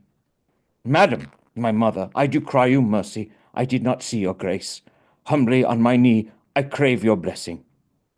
God bless thee and put meekness in thy breast, love, charity, obedience, and true duty. Amen. And make me die a good old man. That is the butt end of a mother's blessing. I marvel that her grace did leave it out. You cloudy princes and heart-sorrowing peers that bear this heavy mutual load of moan, now cheer each other in each other's love. Though we have spent our harvest of this king, we are to reap the harvest of his son. The broken rancor of your high-swollen hates, but lately splintered, knit, and joined together, must gently be preserved, cherished, and kept. Meseemeth good that with some little train, forthwith from Ludlow, the young prince be set hither to London to be crowned our king. Why, with some little train? Why, with some little train, my lord of Buckingham? Marry, my lord, lest by a multitude the new-healed wound of malice should break out, which would be so much the more dangerous, by how much the estate is green and yet ungoverned, where every horse bears his commanding rein, and may direct his course as please himself, as well the fear of harm as harm apparent, in my opinion, ought to be prevented. I hope the king made peace with all of us, and the compact is firm and true in me. And so in me, and so I think in all. Yet since it is but green, it should be put to no apparent likelihood of breach, which haply by much company might be urged. Therefore I say with noble Buckingham, that it is meet so few should fetch the prince. And so say I. Then be it so, and go we to determine who they shall be that straight shall post to London. Madam, and you my sister, will you go to give your censures in this business? The Lords exit, leaving Buckingham and Richard. My lord, whoever journeys to the prince, for God's sake let not us two stay at home. For by the way, I'll sort occasion, as an index to the story we late talked of, to part the queen's proud kindred from the prince. My other self, my counsel's consistory, my oracle, my prophet, my dear cousin, I, as a child, will go by thy direction. Toward London, then, for we'll not stay behind. And they exit. Scene 3. Enter one citizen at one door and another at the other. Good morrow, neighbor. Whither away so fast? I promise you, I scarcely know myself. Hear you the news abroad? Yes, that the king is dead. Ill news, by our lady, seldom comes the better. I fear to approve a giddy world. Another citizen enters. Neighbours, Godspeed. Give you good morrow, sir. Doth the news hold of good King Edward's death? Aye, sir, it is too true. God help the while. Then, masters, look to see a troublous world. No, by God's good grace. His son shall reign. Woe to that land that's governed by a child. In him there is hope of government, which in his knowledge counsel under him, and in his full and ripened years himself, no doubt shall then until then govern well. So stood the state when Henry VI was crowned in Paris, but at 9 months old. Stood the state so? No, good friends. God wot, for then this land was famously enriched with politic grave counsel. Then the king had virtuous uncles to protect his grace. Well, so hath this, both by his father and mother. Better it were they all came by his father, or by his father there were none at all, for emulation, who shall now be nearest, will touch us all too near, if God prevent not. Oh, full of danger is the Duke of Gloucester, and the Queen's sons and brothers haught and proud, and were they to be ruled and not to rule, this sickly land might solace as before. Oh, come, we fear the worst, all will be well. When clouds are seen, wise men put on their cloaks. When great leaves fall, then winter is at hand. When the sun sets, who doth not look for night? Untimely storms makes men expect a dearth. All may be well, but if God sought it so, 'tis more than we deserve or I expect. Truly, the hearts of men are full of fear. You cannot reason almost with a man that looks not heavily and full of dread. Before the days of change, still is it so, by a divine instinct men's minds mistrust pursuing danger, as by proof we see the waters swell before a boisterous storm, but leave it all to God, wither away. Marry, we was sent for to the justices. And so was I. I'll bear you company. And he exits.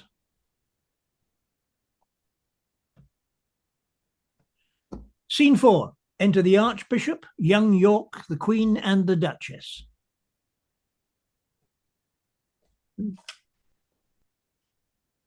Oh, God. Last night I heard they lay at Stony Stratford, and not at Northampton they do rest tonight. Tomorrow or next day they will be here.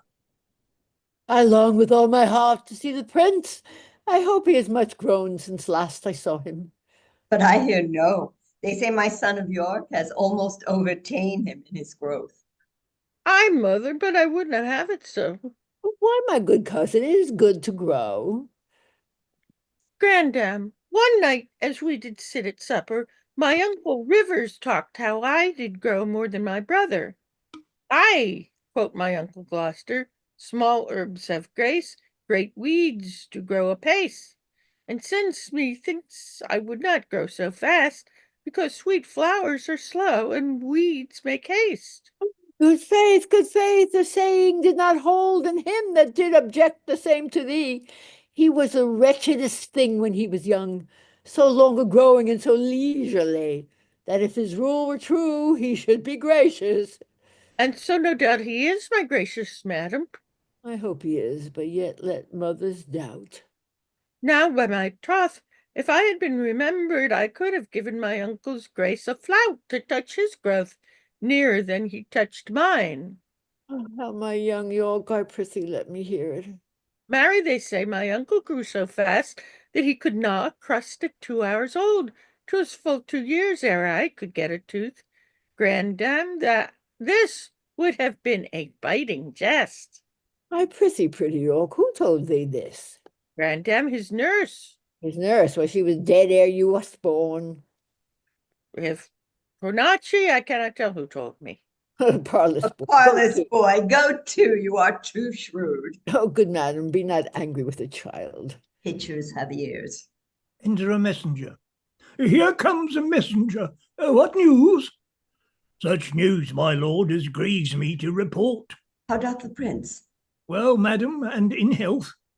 What is thy news? Lord Rivers and Lord Grey are sent to Pomfret, and with them Sir Thomas Vaughan, prisoners.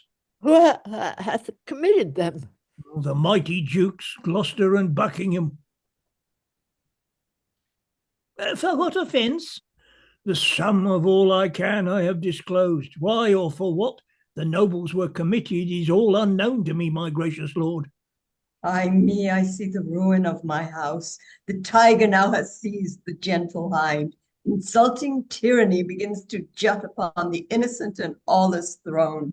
Welcome destruction, blood, and massacre. I see as in a map the end of all. Accursed and unquiet wrangling days. How many of you have mine eyes beheld? My husband lost his life to get the crown, and often up and down my sons were tossed for me to joy and weep their gain and loss, and being seated in domestic broils, clean overblown, themselves the conquerors, make war upon themselves, brother to brother, blood to blood, self against self. Oh, preposterous and frantic outrage, end thy damned spleen. Oh, let me die to look on earth no more. Come, come, my boy, we will to sanctuary. Madam, farewell. Oh, stay, I will go with you. You have no cause.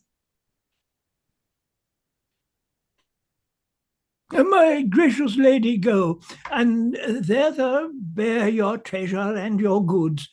For my part, I'll resign unto your grace the seal I keep, and so betide to me, as well I tender you and all of yours.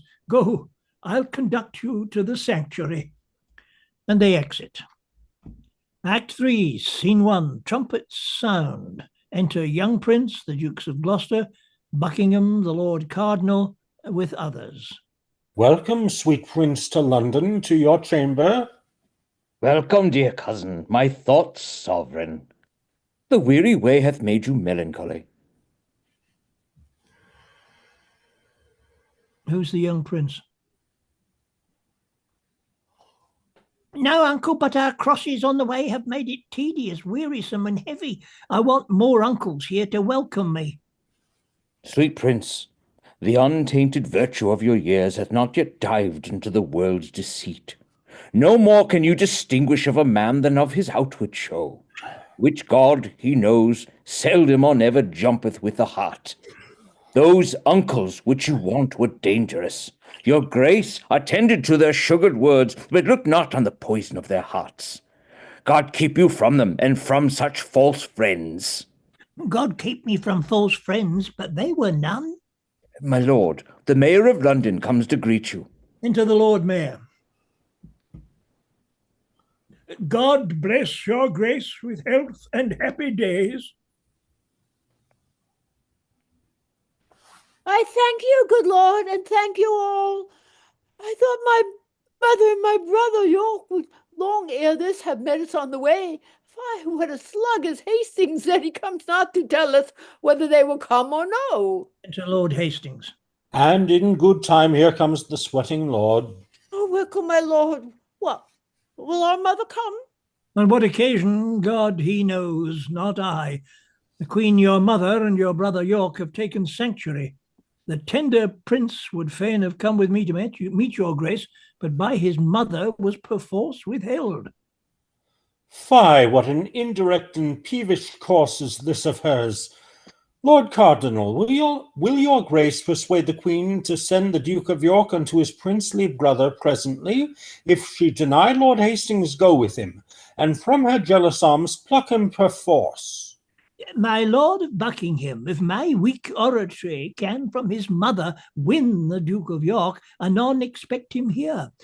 But if she be obdurate to mild entreaties, God forbid we should infringe the holy privilege of blessed sanctuary. Not for all this land would I be guilty of so great a sin. You are too senseless obstinate, my lord, too ceremonious and traditional. Weigh it but with the grossness of this age, you break not sanctuary in seizing him. The benefit thereof is always granted to those whose dealings have deserved the place and those who have the wit to claim the place. This prince hath neither claimed it nor deserved it, and therefore, in mine opinion, cannot have it. Then taking him from thence that is not there, you break no privilege nor charter there. Oft have I heard of sanctuary men, but sanctuary children ne'er till now. My lord, you shall all rule my mind for once. Come on, Lord Hastings, will you go with me? I'll go, my lord. Oh, good Exit Lord, Cardinal and Hastings. Good Lord, make all the speedy haste you may. Say, Uncle Gloucester, if our brother come, where shall we sojourn till our coronation? Where thinkest best unto your royal self. If I may counsel you, some day or two your highness shall repose you at the Tower. Then where you please, and shall be thought most fit for your best health and recreation. I do not like the Tower of any place. Did Julius Caesar build that place, my lord? He did, my gracious lord, begin that place which since succeeding ages have re-edified.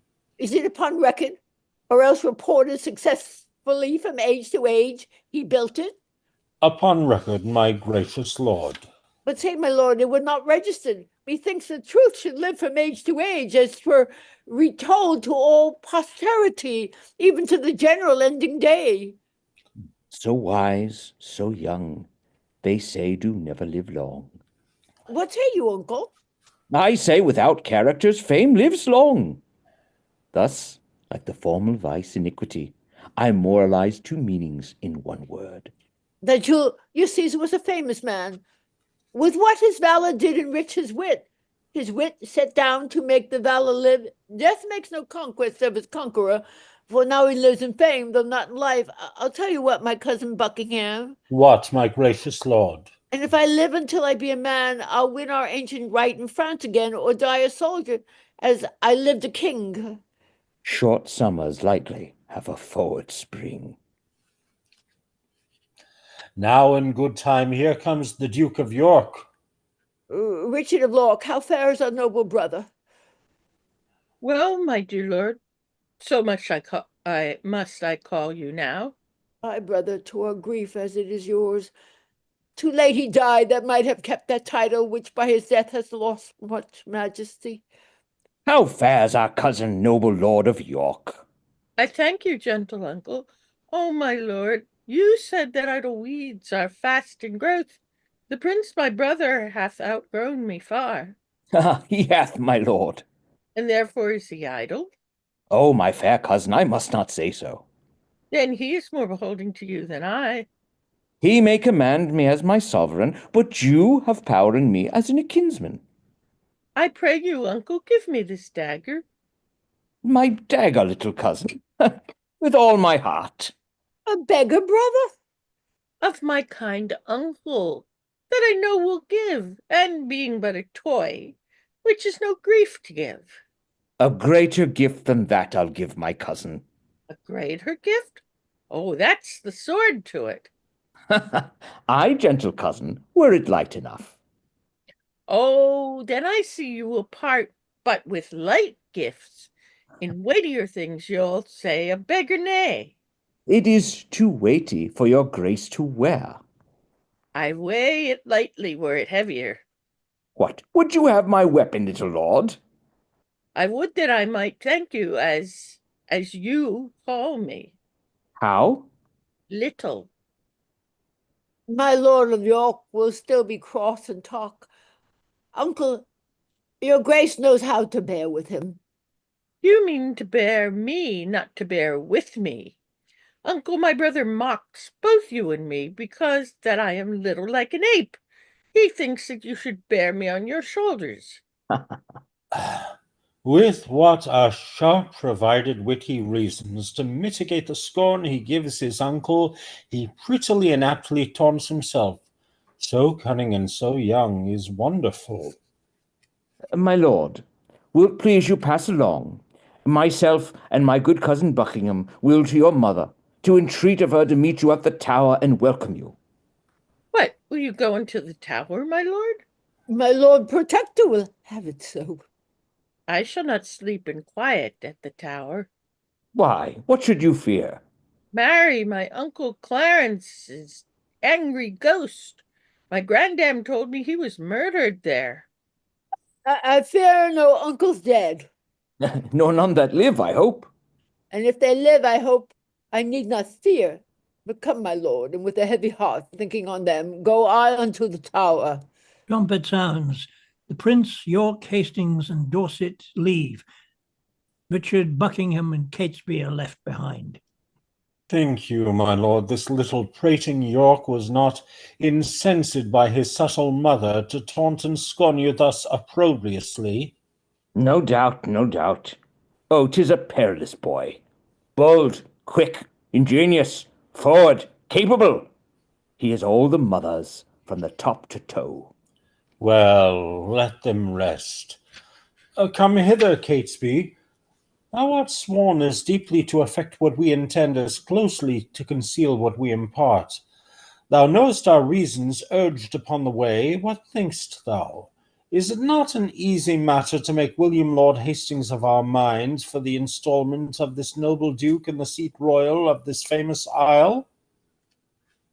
He for his father's sake so loves the prince that he will not be won to aught against him. What think'st thou then of Stanley? Will not he? He will do all in all as Hastings doth. Well then, no more but this. Go, gentle Catesby, and as it were far off, sound thou Lord Hastings how he doth stand affected to our purpose, and summon him tomorrow to the tower to sit about the coronation. If thou dost find him tractable to us, encourage him, and tell him all our reasons. If he be leaden, icy cold, unwilling, be thou so too, and so break off the talk, and give us notice of his inclination, For we tomorrow hold divided councils, wherein thyself shalt highly be employed. Commend me to Lord William. Tell him, Catesby, his ancient knot of dangerous adversaries tomorrow are let blood at Pomfret Castle. And bid my lord, for joy of this good news, give Mistress Shaw one gentle kiss the more. Good Catesby, go effect this business soundly. My good lords both, with all the heed I can. Shall we hear from you, Catesby, ere we sleep? You shall, my lord. At Crosby House, there shall you find us both. Catesby exits.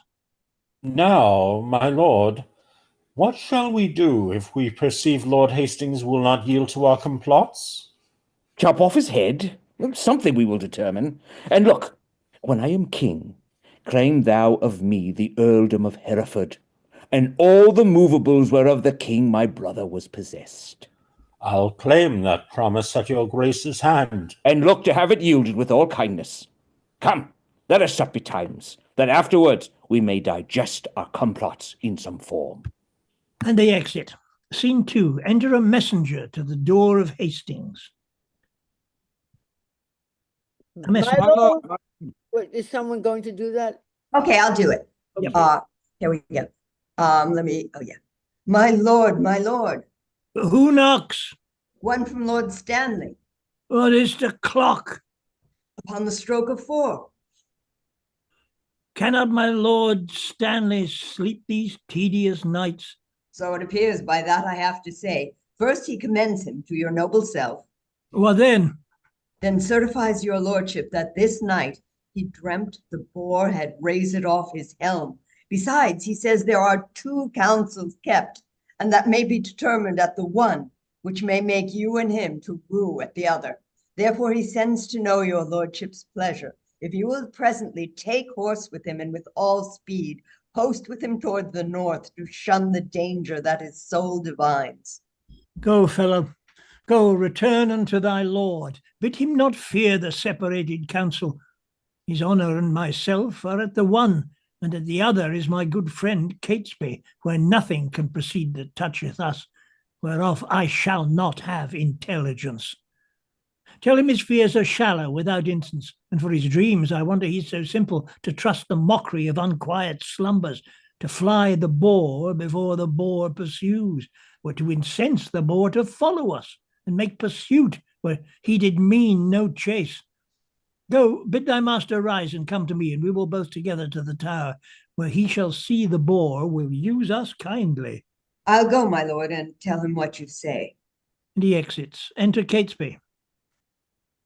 Many good morrows to my noble lord. Good morrow, Catesby. You are early stirring. What news? What news in this tottering state? It is a reeling world indeed, my lord, and I believe will never stand upright till Richard wear the garland of the realm. How wear the garland? Dost thou mean the crown? Aye, my good lord. I'll have this crown of mine cut from my shoulders before I'll see the crown so foul misplaced. But canst thou guess that he doth aim at it? Aye, on my life, and hopes to find you forward upon his party. For the game thereof, and thereupon he sends you this good news, that this very day your enemies, the kindred of the queen must die at Pomfret. Indeed, I am no mourner for that news, because they have been still my adversaries. But I'll give my voice on Richard's side to bar my master's heirs in true descent. God knows I will not do it to the death. Oh, God keep your lordship in that gracious mind. But I shall laugh in this a 12-month hence, the day which brought me in my master's hate. I lived to look upon their tragedy. Well, Catesby, ere a fortnight make me older, I'll send some packing that yet think not on't. 'Tis a vile thing to die, my gracious lord, when men are unprepared and look not for it. Oh, monstrous, monstrous. And so falls it out with Rivers, Vaughan, Grey, and so 'twill do with some men else that think themselves as safe as thou and I, who, as thou knowst, are dear to princely Edward, Richard, and to Buckingham. The princes both make high account of you, for they account his head upon the bridge. I know they do, and I have well deserved it. Enter Lord Stanley. Come on, come on. Where is your boar spear, man? Fear you the boar and go so unprovided? Need a Stanley. We take it. Got. I'll cue you. Fear you the boar and go so unprovided? My What? lord, good morrow. Someone do this. No, can you take it? My lord, good morrow, Catesby. You may jest on, but by the holy rood, I do not like these several counsels.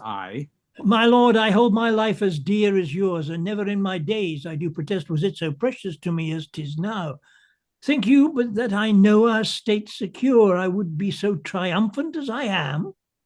The lords at Pomfret, when they rode from London, were jocund, and supposed their states were sure, and they indeed had no cause to mistrust.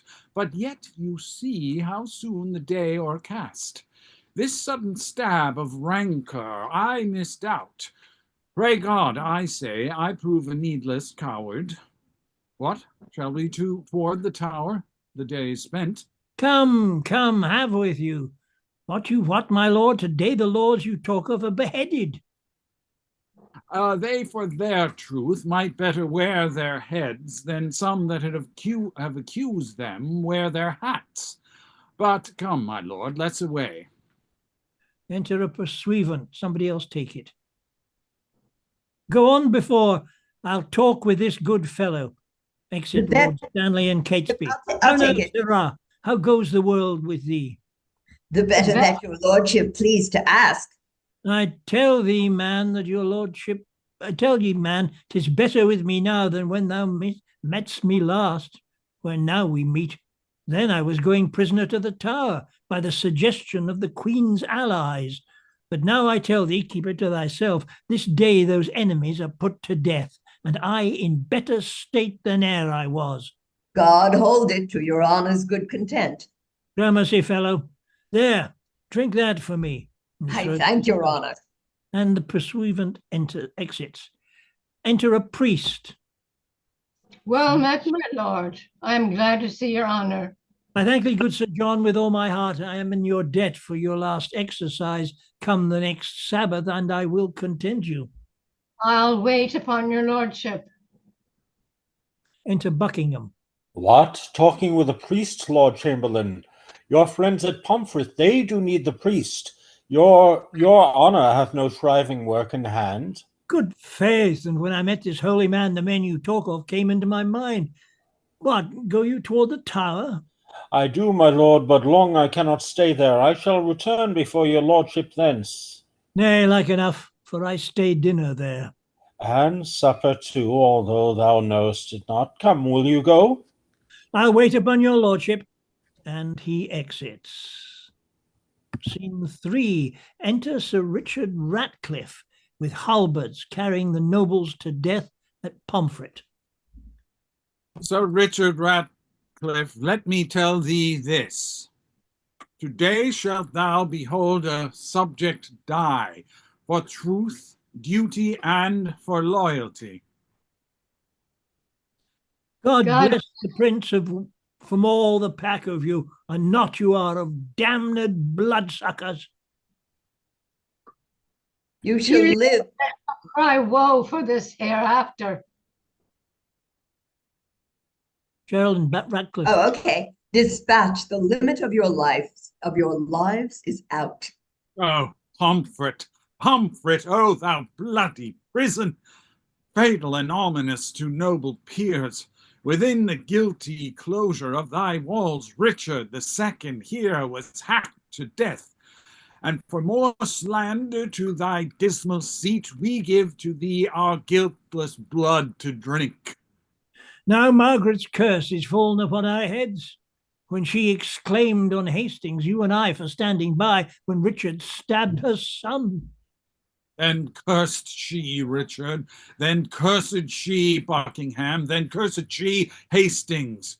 Oh, remember God. to hear her prayer for them as now for us, and for my sisters and her priestly sons.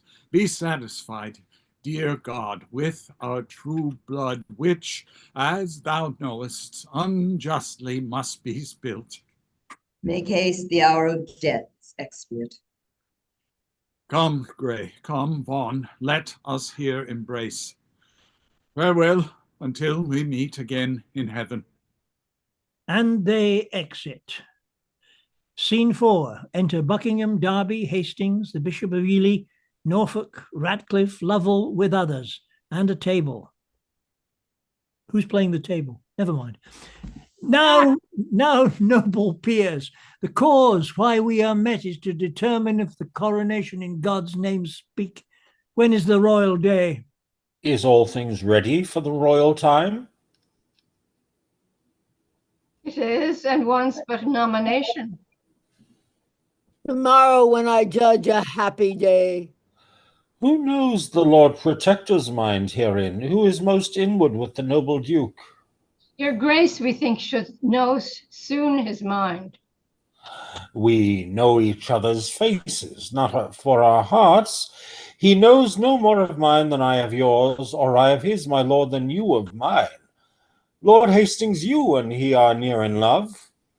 I thank his grace. I know he loves me well, but for his purpose in the coronation I have not sounded him, nor he delivered. His gracious pleasure any way therein. But you, my honourable lords, may name the time, and in the Duke's behalf I'll give my voice, which I presume he'll take in gentle part. Enter Gloucester. In happy time, here comes the Duke himself. My noble lords and cousins, all good morrow. I have been long a sleeper, but I trust my absence doth neglect no great design which by my presence might have been concluded. Had you not come upon your cue, my lord, William Lord Hastings had pronounced your part, I mean your voice, for crowning of the king. Then, my Lord Hastings, no man might be bolder. His lordship knows me well, and loves me well. Ah, my Lord of Ely, when I was last in Holborn, I saw good strawberries in your garden there. I do beseech you, send for some of them. Marry and will, my lord, with all my heart. Bishop of Ely exits. Cousin of Buckingham, a word with you. Catesby hath sounded Hastings in our business, and finds the testy gentleman so hot that he will lose his head ere give consent his master's child, as worshipfully he terms it, shall lose the royalty of England's throne.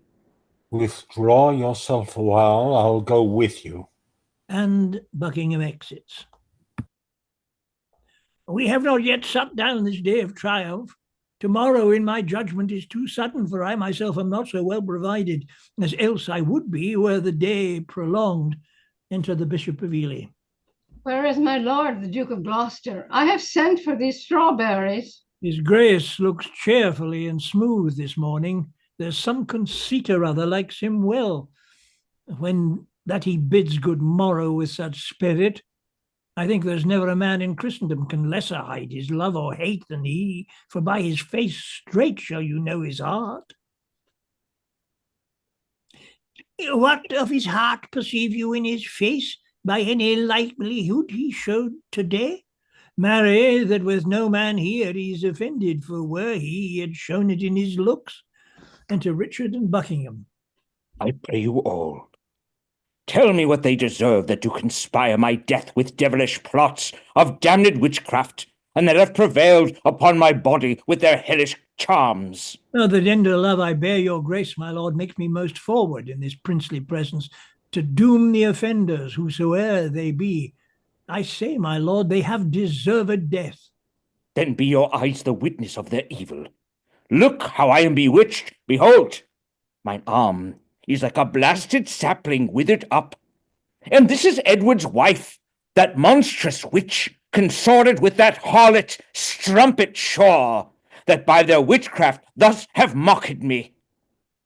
If they have done this deed, my noble lord. If, thou protector of this damned strumpet, talkest thou to me of ifs? Thou art a traitor. Off with his head. Now, by St. Paul, I swear, I will not dine until I see the same. Lovell and Ratcliffe, Look that it be done. The rest that love me, rise and follow me. Richard leaves, leaving Lovell Ratcliffe with the Lord Hastings. Woe, woe for England, not a whit for me, for I too fond might have prevented this. Stanley did dream, the boar did rouse our helms, and I did scorn it and disdain to fly. 3 times today my footcloth horse did stumble and started when he looked upon the tower, as loth to bear me to the slaughterhouse. Now I need the priest that spake to me. I now repent, I told the pursuivant, as too triumphing how mine enemies today at Pomfret bloodily were butchered, and I myself secure in grace and favour.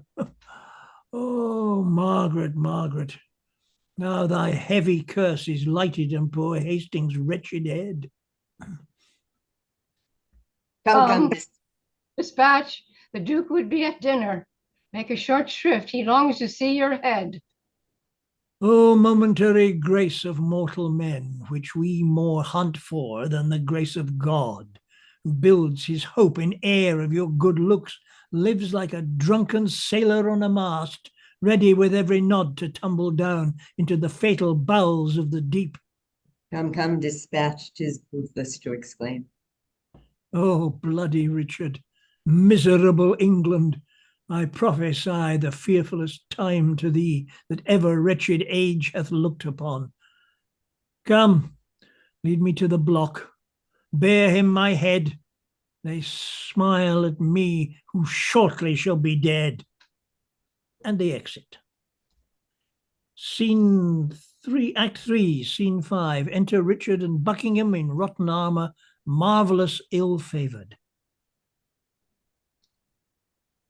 Come, cousin, canst thou quake and change thy colour, murder thy breath in the middle of a word, and then again begin and stop again, as if thou wert distraught and mad with terror?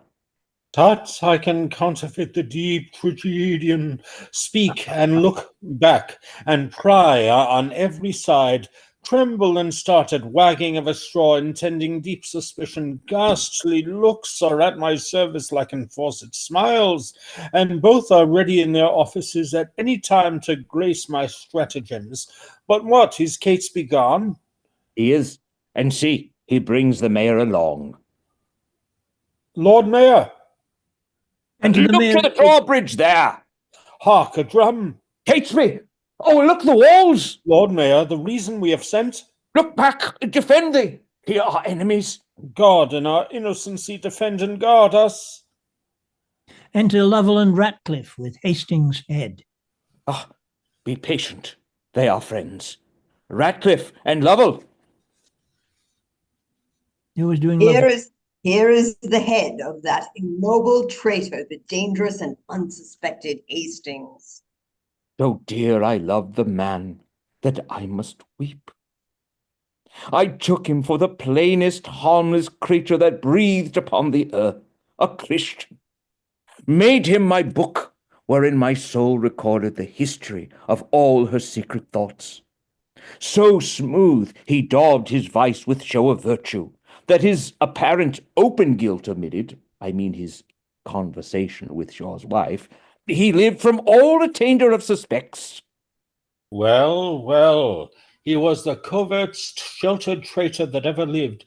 Would you imagine, or almost believe, were it not that by great preservation we live to tell it, that the subtle traitor this day had plotted in the council house to murder me and my good lord of Gloucester? Had he done so? What? Think you we are Turks or infidels, or that we would, against the form of law, proceed thus rashly in the villain's death, but at the extreme peril of the case, the peace of England, and our person's safety, enforced us to this execution? No, fair before you. He deserved his death, and your good graces both have well proceeded to warn false traitors from the like attempts. I never looked for better at his hands after he once fell in with Mistress Shaw.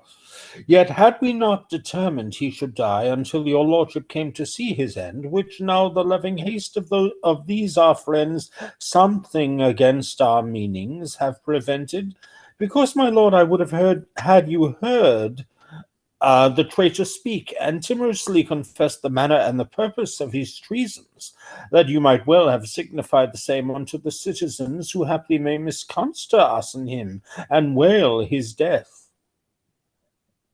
Oh, but my good lord, your grace's words shall serve as well as I had seen and heard him speak, and do not doubt, right noble princes both, but I'll acquaint our duteous citizens with all your just proceedings in this case. And to that end we wished your lordship here, to avoid the censures of the carping world. Which, since you come too late of our intent, yet witness what you hear we did intend, and so, my good Lord Mayor, we bid farewell. And the mayor exits. Go after cousin Buckingham. The mayor towards Guildhall hies him in all post. There, at your meetest advantage of the time, infer the bastardy of Edward's children. Tell them how Edward put to death a citizen only for saying he would make his son heir to the crown, meaning indeed his house, which by the sign thereof was termed so. Moreover, urge his hateful luxury and bestial appetite and change of lust, which stretched unto their servants, daughters, wives, even where his raging eye or savage heart, without control, lusted to make a prey.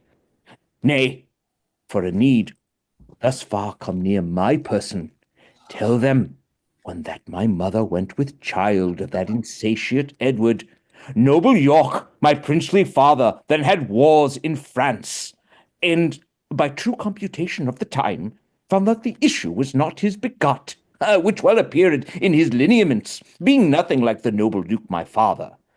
Yet touch this sparingly, as 'twere far off, because, my lord, you know my mother lives. Doubt not, my lord, I'll play the orator as if the golden fee for which I plead were for myself, and so, my lord, adieu. If you thrive well, bring them to Baynard's castle, where you shall find me well accompanied with reverend fathers and well-learned bishops. I go, and towards 3 or 4 o'clock look for the news that the Guildhall affords. And Buckingham exits. Go, Lovell, with all speed to Dr. Shaw. Go thou to Friar Penker. Bid them both meet me within this hour at Baynard's castle. And Lovell exits. Now will I go to take some privy order, to draw the brats of Clarence out of sight, and to give order that no man or person have any time recourse unto the princes. And Richard exits. We're about 2/3 of the way through, folks. Do we need a 5? I'd Yeah. take 5. Yeah, let's take 5. Okay, 5 would be good. let's say we'll meet at, we'll make it about, I make it 13, 14, 15. So we'll meet at 20 past. Great. That's Okay. 7. Great. Okay. I don't know about you, but This next scene, the Scrivener, was one of Jennifer's parts. Somebody you want want to take it? Yeah, I'll take it. I'll take it. No, Mark, were you taking it? No, I wasn't taking it. I was just saying someone. Okay, will. okay, Geraldine, you want to take the Scrivener? Sure, I'll take Scrivener. Okay, so Yeah. when we come back at 20 past, we'll enter with the Scrivener, which will be you, Geraldine. And that will give me time to adjust my hump. Oh, jolly good. It is a packet of my wife's socks. Well, whatever you do, don't bust a hump. Oh, you with us, Michael? I think he's still having trouble with his sound. It does look like it.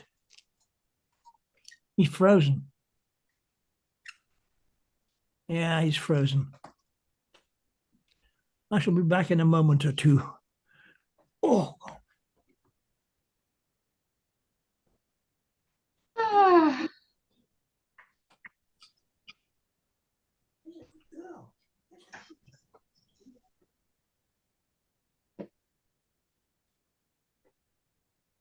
Kitty, you have another great scene coming up as Margaret. Oh, yeah. Oh, yeah. Yeah, she's great. She rules the roost. There's that wonderful scene with the... with all the ladies sitting down on the ground together. Margaret's Michael, I can see you, but I can't hear you. Did you make it back or? Still no sound. So weird. I don't know what to do. And you rebooted, Michael, I assume.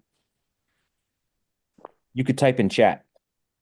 He's frozen at the moment. Oh, no, he's there. He's there. He's not frozen, but then he's frozen again. And no sound. Don't you love technology? My wife was suggesting maybe he could call in for audio somehow. If there's a dial-in number, right? There's a dial-in number that Paul provides. Or if his internet is got limited bandwidth, he could do what Ken does. Just don't do video at all. And just do it all. Well, I think that's because it's like Ken's video doesn't work a lot. I've tried several times to get my video. It's not working. Ah, okay. Once in a great while it does, but yeah, we'll see. And then we get to see your cat. Yes. Yeah. He likes to make an appearance. I now have a hamster. A hamster? I have a hamster. Wonderful. A little dwarf mountain white. What's his name? Her name, Molly. Molly. That's lovely. If ever I get close to her cage, she comes over and sort of looks at me and tries to get out to get to me. If I put my hand in the cage, she actually climbs onto it. Oh. Was your hamster a gift?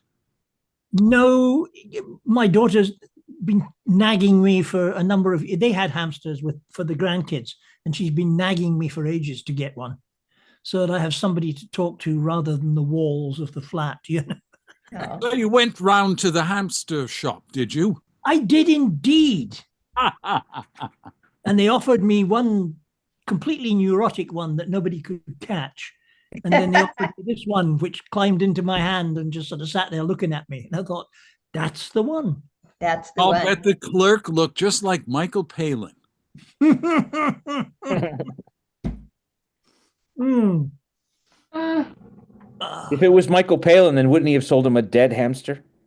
Right. That's true. He's just resting. We used to have a guinea pig a long time ago named Hershey. We loved her very much. She was very shy, but whenever we would touch the vegetable bins in the fridge, she would perk up, hoping for a carrot.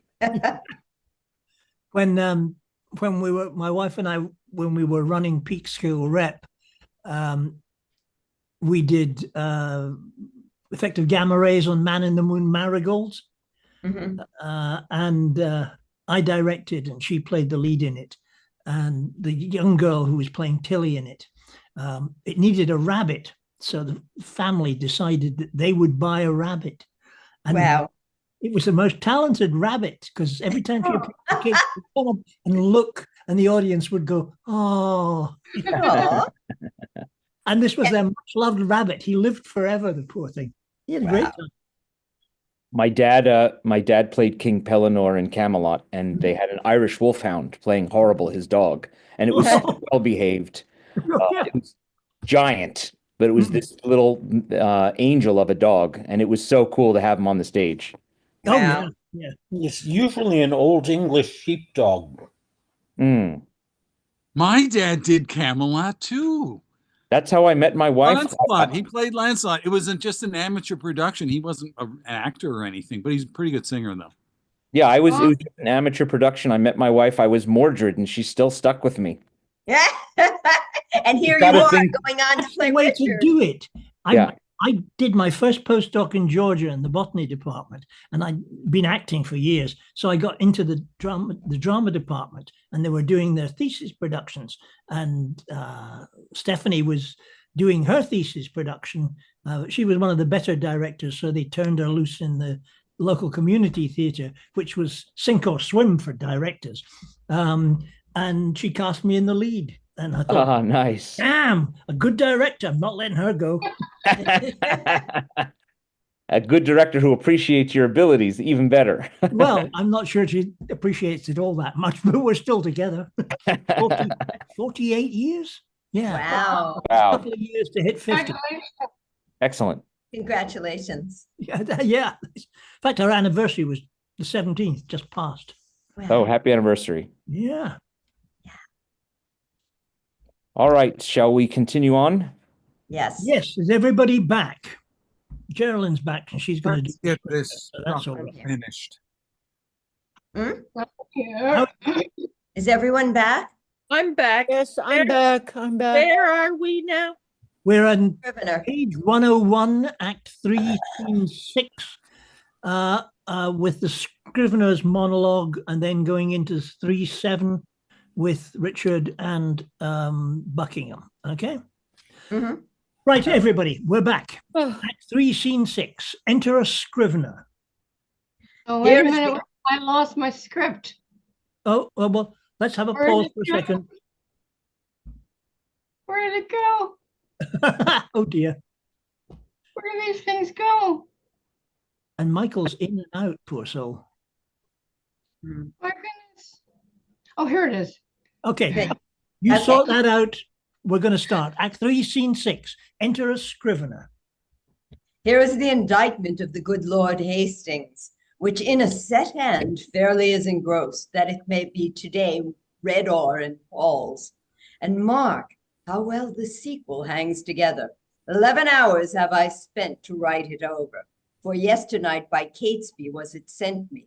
The precedent was full as long a doing, and yet within these 5 hours Hastings lived, untainted, unexamined, free, at liberty. Here's a good world the while. Who is so gross that cannot see this palpable device? Yet who is so bold but says he sees it not? Bad is the world, and all will come to naught when such ill dealing must be seen in thought. And the Scrivener exits. Act 3, Scene 7. Enter Richard and Buckingham at several doors. How now? What say the citizens? Now, by the Holy Mother of our Lord, the citizens, our mum, say not a word. Touch to the bastardy of Edward's children. I did with his contract with Lady Lucy, and his contract by deputy in France, the unsatiate greediness of his desire and his enforcement of the city wives, his tyranny for trifles, his own bastardy as being got your father then in France, and his resemblance being not like the Duke. Withal I did infer your lineaments being the right idea of your father, both in your form and nobleness of mind, laid open all your victories in Scotland, your discipline in war, wisdom in peace, your bounty, virtue, fair humility, indeed left nothing fitting for your purpose untouched or slightly handled in discourse. And when my oratory drew toward end, I bid them that did love their country's good cry, God save Richard, England's royal king. And did they so? No. So God help me, they spake not a word, but like dumb statues or breathing stones, stared each on another and looked deadly pale, which when I saw I reprehended them, and asked the mayor what meant this wilful silence. His answer was the people were not used to be spoke to but by the recorder. Then he was urged to tell my tale again. Thus saith the Duke, thus hath the Duke inferred, but nothing spoken warrants from himself. When he had done, some followers of mine own at lower end of the hall hurled up their caps, and some ten voices cried, God save King Richard. And thus I took the vantage of those few. Thanks, gentle citizens and friends, quoth I. This general applause and cheerful shout argues your wisdom and your love to Richard. And even here brake off and came away. What tongueless blocks were they? Would they not speak? Will not the mayor then and his brethren come? The mayor is here at hand.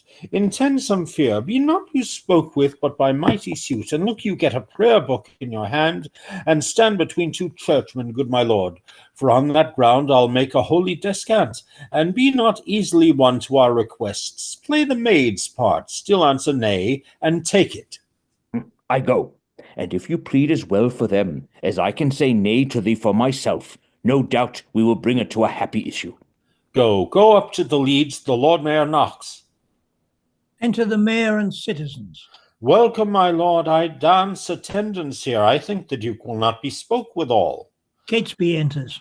Now, Catesby, what says your lord to my request? He does entreat your grace, my noble lord, to visit him tomorrow or next day. He is within with 2 right reverend fathers, divinely bent to meditation, and in no worldly suit would he be moved to draw him from his holy exercise. Return, good Catesby, to the gracious Duke. Tell him myself, the mayor and aldermen, in deep designs, in matter of great moment, no less importing than our general good, are come to have some conference with his grace. I'll signify so much unto him straight. And Catesby exits. Aha, my lord, this prince is not an Edward. He is not lulling on a lewd love bed, but on his knees at meditation, not dallying with a brace of courtesans, but meditating with 2 deep divines, not sleeping to engross his idle body, but praying to enrich his watchful soul. Happy were England were this virtuous prince take on his grace the sovereignty thereof. But sure I fear we shall not win him to it. Marry God defend his grace, should say us nay. I fear he will. Here Catesby comes again. Catesby returns. Now, Catesby, what says his grace? He wonders to what end you have assembled such troops of citizens to come to him. His grace not being warned thereof, he fears, my lord, no good to him. Sorry I am, my noble cousin should suspect me that I mean no good to him. By heaven, we come to him in perfect love, and so once more return and tell his grace. And he exits. When holy and devout religious men are at their beads, 'tis much to draw them then, so sweet is zealous contemplation. Richard enters a loft between 2 bishops. See where his grace stands, between 2 clergymen? 2 props of virtue for a Christian prince to stay him from the fall of vanity, and see a book of prayer in his hand, true ornaments to know a holy man. Famous Plantagenet, most gracious prince, lend favorable ear to our requests, and pardon us the interruption of thy devotion and right Christian zeal. My lord, there needs no such apology. I do beseech your grace to pardon me, who earnest in the service of my God defer the visitation of my friends. But leaving this, what is your grace's pleasure? Even that I hope which pleaseth God above and all good men of this ungoverned isle. I do suspect I have done some offence that seems disgracious in the city's eye, and that you come to reprehend my ignorance. You have, my lord. Would it might please your grace on our entreaties to amend your fault. Else wherefore breathe I in a Christian land? Know then it is your fault that you resign the supreme seat, the throne majestical, the sceptred office of your ancestors, your state of fortune and your due of birth, the lineal glory of your royal house, to the corruption of a blemished stock. Whilst in the mildness of your sleepy thoughts, which here we waken to our country's good, the noble isle doth want his proper limbs, his face defaced with scars of infamy, his royal stock graft with ignoble plants, and almost shouldered in the swallowing gulf of dark forgetfulness and deep oblivion, which, to recur, we heartily solicit your gracious self to take on you the charge and kingly government of this your land, not as protector, steward, substitute, or lowly factor for another's gain, but as successively from blood to blood, your right of birth, your empery, your own. For this, consorted with the citizens, your very worshipful and loving friends, and by their vehement instigation in this just cause, come I to move your grace. I cannot tell if to depart in silence or bitterly to speak in your reproof, best fitteth my degree or your condition. If not to answer, you might haply think tongue-tied ambition, not replying, yielded to bear the golden yoke of sovereignty, which fondly you would here impose on me. If to reprove you for this suit of yours, so seasoned with your faithful love to me, then on the other side I checked my friends. Therefore to speak, and to avoid the first, and then in speaking, not to incur the last, definitively thus I answer you. Your love deserves my thanks, but my desert unmeritable shuns your high request. First, if all obstacles were cut away, and that my path were even to the crown, as the ripe revenue and due of birth, yet so much is my poverty of spirit, so mighty and so many my defects, that I would rather hide me from my greatness, being a bark to brook no mighty sea, than in my greatness covet to be hid, and in the vapor of my glory smothered. But, God be thanked, there is no need of me, and much I need to help you were there need.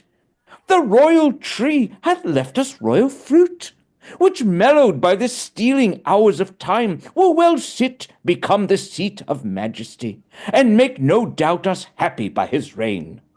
On him I lay that you would lay on me, the right and fortune of his happy stars, which God defend that I should wring from him. My lord, this argues conscience in your grace, but the respects thereof are nice and trivial, all circumstances well considered. You say that Edward is your brother's son, so say we too, but not by Edward's wife. For first was he contract to Lady Lucy, your mother lives a witness to his vow, and afterward by substitute betrothed to Bona, sister to the King of France. These both put off a poor petitioner, a care-crazed mother to her many sons, a beauty waning and distressed widow, even in the afternoon of her best days made prize and purchase of his wanton eye, seduced the pitch and height of his degree to base declension and loathed bigamy. By her in his unlawful bed he got this Edward, whom our manners call a prince. More bitterly could I expostulate, save that for reverence to some alive I give a sparing limit to my tongue.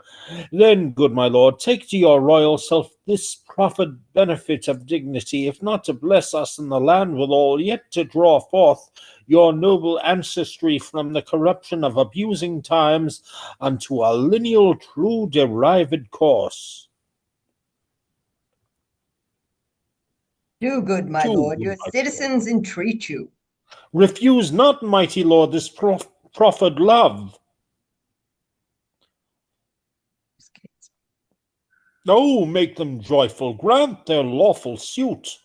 Alas, why would you heap this care on me? I am unfit for state and majesty. I do beseech you, take it not amiss. I cannot, nor I will not yield to you.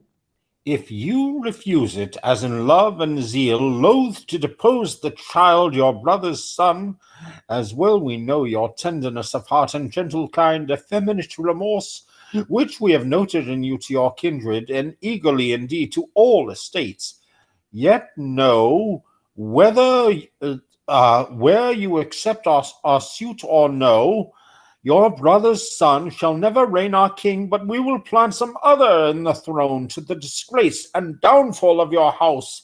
And in this resolution here we leave you.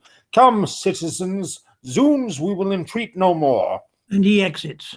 Call him again, sweet prince. Accept their suit. If you deny them all, the land will rue it. Will you enforce me to a world of cares? Call them again. I am not made of stones, but penetrable to your kind entreaties, albeit against my conscience and my soul. Buckingham returns with the rest. Cousin of Buckingham, and sage grave men, since you will buckle fortune on my back to bear her burden, whether I will or no, I must have patience to endure the load. But if black scandal or foul-faced reproach attend the sequel of your imposition, your mere enforcement shall acquittance me from all the impure blots and stains thereof. For God doth know, and you may partly see, how far I am from the desire of this. Oh, God bless your grace. We see it and we'll say it. In saying so, you shall but say the truth. Then I salute you with this royal title, Long live King Richard, England's worthy king. Amen.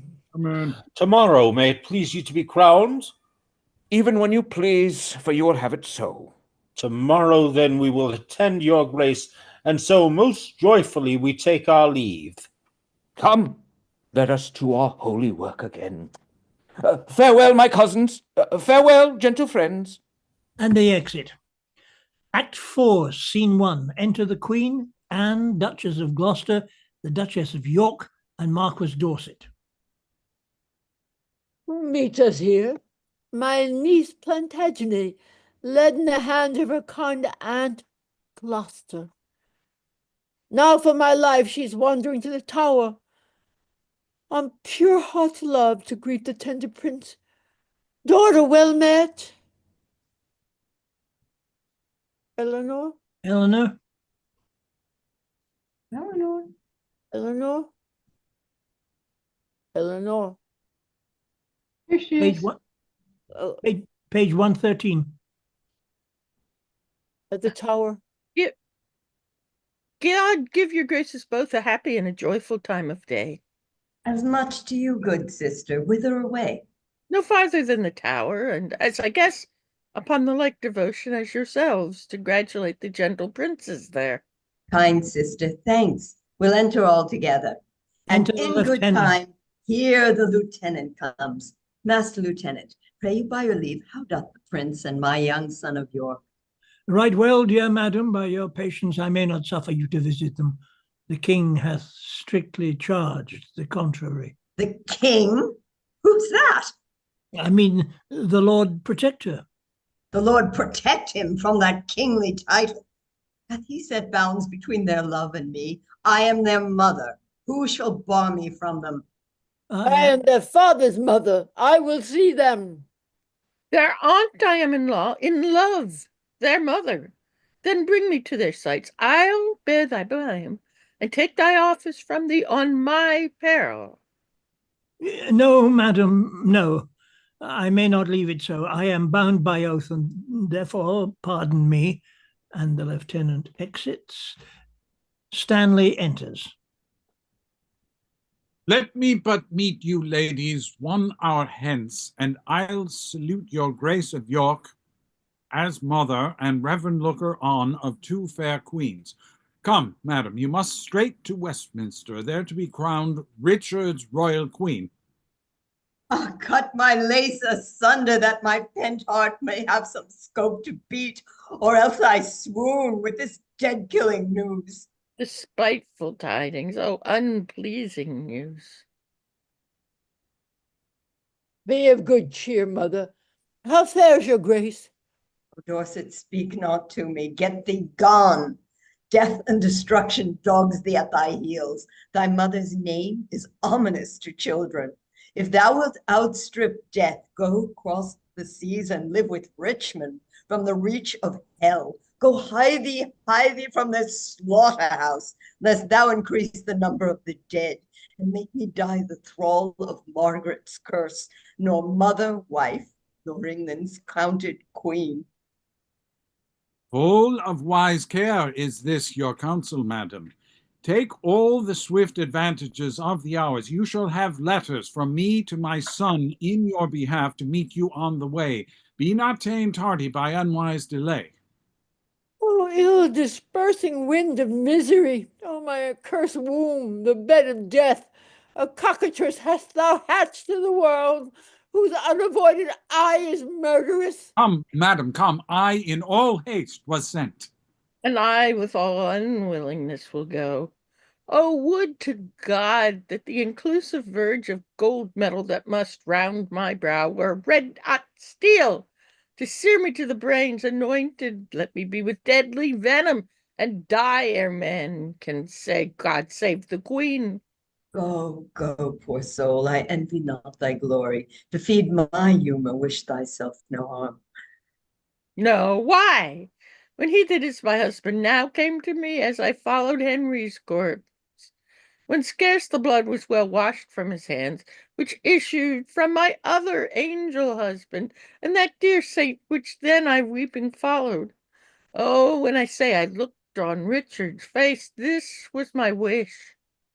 Be thou, quoth I, accursed for making me so young, so old a widow. And when thou weddest, let sorrow haunt thy bed, and be thy wife, if any be so mad, more miserable, by the life of thee, than thou hast made me by my dear lord's death. Lo, ere I can repeat this curse again within so small a time, my woman's heart grossly grew captive to his honey words, and proved the subject of mine own soul's curse, which hitherto hath held mine eyes from rest. For never yet 1 hour in his bed did I enjoy the golden dew of sleep, but with his timorous dreams was still awake. Besides, he hates me for my father, Warwick, and will no doubt shortly be rid of me. Poor-hearted dear, I pity thy complaining. No more. Then with my soul I mourn for yours.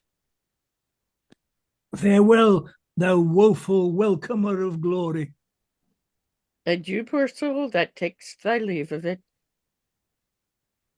Oh, go thou to Richmond, and good fortune guide thee. Go thou to Richard, and good angels tend thee. Go thou to sanctuary, and good thoughts possess thee. I to my grave, where peace and rest lie with me. 80-odd years of sorrow have I seen, and each hour is joy wrapped with a week of teen. Stay, yet look back with me unto the tower. Pity you ancient stones, those tender babes, whom envy hath immured within your walls. Rough cradle for such little pretty ones. Rude ragged nurse, old sullen playfellow for tender princes. Use my babies well. So foolish sorrow bids your stones farewell. And they exit. Act 4, Scene 2. Trumpet sounds, enter Richard in pomp, Buckingham, Catesby, Ratcliffe, and Lovell. Stand all apart. Cousin of Buckingham, My gracious sovereign. give me thy hand. Trumpet sounds. Thus high, by thy advice and thy assistance, is Richard seated. But shall we wear these glories for a day, or shall they last, and we rejoice in them? Still live they, and forever let them last. Ah, Buckingham, now do I play the touch, to try if thou be current gold indeed. Young Edward lives. Think now what I would speak. Say on, my loving lord. Why, Buckingham, I say I would be king. Why, so you are, my thrice renowned lord. Huh? Am I king? 'Tis so, but Edward lives. True, noble prince. Oh, bitter consequence that Edward still should live. True, noble prince. Cousin, thou wast not wont to be so dull. Shall I be plain? I wish the bastard's dead, and I would have it suddenly performed. What sayest thou now? Speak suddenly, be brief. Your grace may do your pleasure. Tut, tut, thou art all ice. Thy kindness freezes. Say, have I thy consent that they shall die? Give me some little breath, some pause, dear lord, before I positively speak in this. I will resolve you herein presently. Buckingham exits. The king is angry, see he knows his lip. Or converse with iron-witted fools and unrespective boys. None are for me that look into me with considerate eyes. High-reaching Buckingham grows circumspect. Boy! My lord? Knowest thou not any whom corrupting gold will tempt unto a close exploit of death? I know a discontented gentleman whose humble means match not his haughty spirit. Gold were as good as 20 orators, and will no doubt tempt him to anything. What is his name? His name, my lord, is Tyrrell. I partly know the man. Go call him hither, boy. And the boy exits. The deep revolving witty Buckingham no more shall be the neighbour to my counsels. Hath he so long held out with me untired, and stops he now for breath? Well, be it so. Stanley enters. How now, Lord Stanley, what's the news? No, my loving lord, the Marquess of Dorset, as I hear, is fled to Richmond in the parts where he abides. Come hither, Catesby. Rumour it abroad that Anne, my wife, is very grievous sick. I will take order for her keeping close. Inquire me out some mean poor gentleman, whom I will marry straight to Clarence' daughter. The boy is foolish, and I fear not him. Look how thou dreamest. I say again, give out that Anne, my queen, is sick and like to die. About it, for it stands much upon me to stop all hopes whose growth may damage me. I must be married straight to my brother's daughter, or else my kingdom stands on brittle glass. Murder her brothers, and then marry her. Uncertain way of gain, but I am in so far in blood that sin will pluck on sin. Tear-falling pity dwells not in this eye. Is thy name Tyrrell? James Tyrrell, and your most obedient subject. Art thou indeed? I'm doing that one. You're doing that one, Mark? Do it. Indeed. Art thou indeed? Prove me, my gracious lord. Darest thou resolve to kill a friend of mine? Please you, but I had rather kill 2 enemies. Why, then thou hast it. 2 deep enemies, foes to my rest, and my sweet sleep's disturbers, are they that I would have thee deal upon. Tyrrell, I mean those bastards in the tower. Let me have open means to come to them, and soon I'll rid you from the fear of them. Thou singest sweet music. Hark, come hither, Tyrrell. Go by this token. Rise and lend thine ear. Richard whispers to himself. There is no more but so. Say it is done, and I will love thee and prefer thee for it. Or will dispatch it straight. And Tyrrell exits. Act 4, Scene 2. Enter Buckingham. My lord, I have considered in my mind the late request that you did sound me in. Well, let that rest. Dorset is fled to Richmond. I hear the news, my lord. Stanley, he is your wife's son. Well, look unto it. My lord, I claim the gift, my due by promise, for which your honour and your faith is pawned, the earldom of Hertford, and the movables which you have promised it I shall possess. Stanley, look to your wife. If she convey letters to Richmond, you shall answer it. What says your highness to my just request? I do remember me. Henry VI did prophesy that Richmond should be king when Richmond was a little peevish boy. A king, perhaps. May it please you to resolve me in my suit. Thou troublest me. I am not in the vein. And Richard exits. And is it thus? Repays he my deep service with such contempt? Made I him king for this? Oh, let me think on Hastings, and be gone to Brecknock while my fearful head is on. Exit. Act 4, Scene 3. Enter Tyrrell. Mark, you taking Tyrrell? It's assigned. The tyrannous and bloody act is done. The most arch deed of piteous massacre that ever yet this land was guilty of. Dighton and Forrest, or did suborn to do this piece of ruthful butchery, albeit they were fleshed villains, bloody dogs, melted with tenderness and mild compassion, wept like to children in their death's sad story. Oh, thus, quoth Dighton, lay the gentle babes. Thus, quoth Forrest, girdling one another within their alabaster innocent arms. Their lips were 4 red roses on a stalk, and in their summer beauty kissed each other. a book of prayers on their pillow lay, which one, quoth force, almost changed my mind. But oh, the devil there the villain stopped. When Dighton thus told on, we smothered the most replenished sweet work of nature, that from the prime creation ere she framed. Hence both are gone with conscience and remorse. They could not speak, and so I left them both to bear this tidings to the bloody king. And Richard enters. Full health, my sovereign lord. Kind Tyrrell, am I happy in thy news? If to have done the thing you gave in charge beget your happiness, be happy then, for it is done. But didst thou see them dead? I did, my lord. And buried, gentle Tyrrell? The chaplain of the tower hath buried them, but where, to say the truth, I do not know. Come to me, Tyrrell, soon at after supper, when thou shalt tell the process of their death. Meantime, but think how I may do thee good, and be inheritor of thy desire. Farewell till then. I humbly take my leave.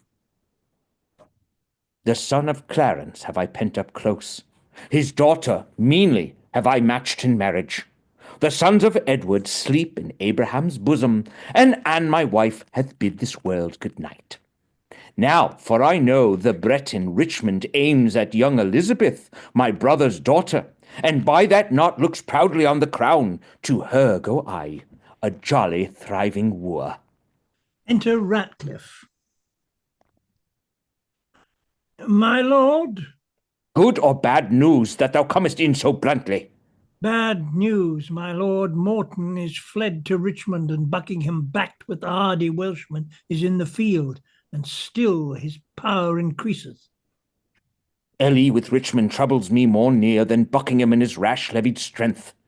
Come, I have learned that fearful commenting is leaden servitor to dull delay. Delay leads impotent and snail-paced beggary. Then fiery expedition be my wing. Jove's Mercury, and herald for a king. Go, muster men. My counsel is my shield.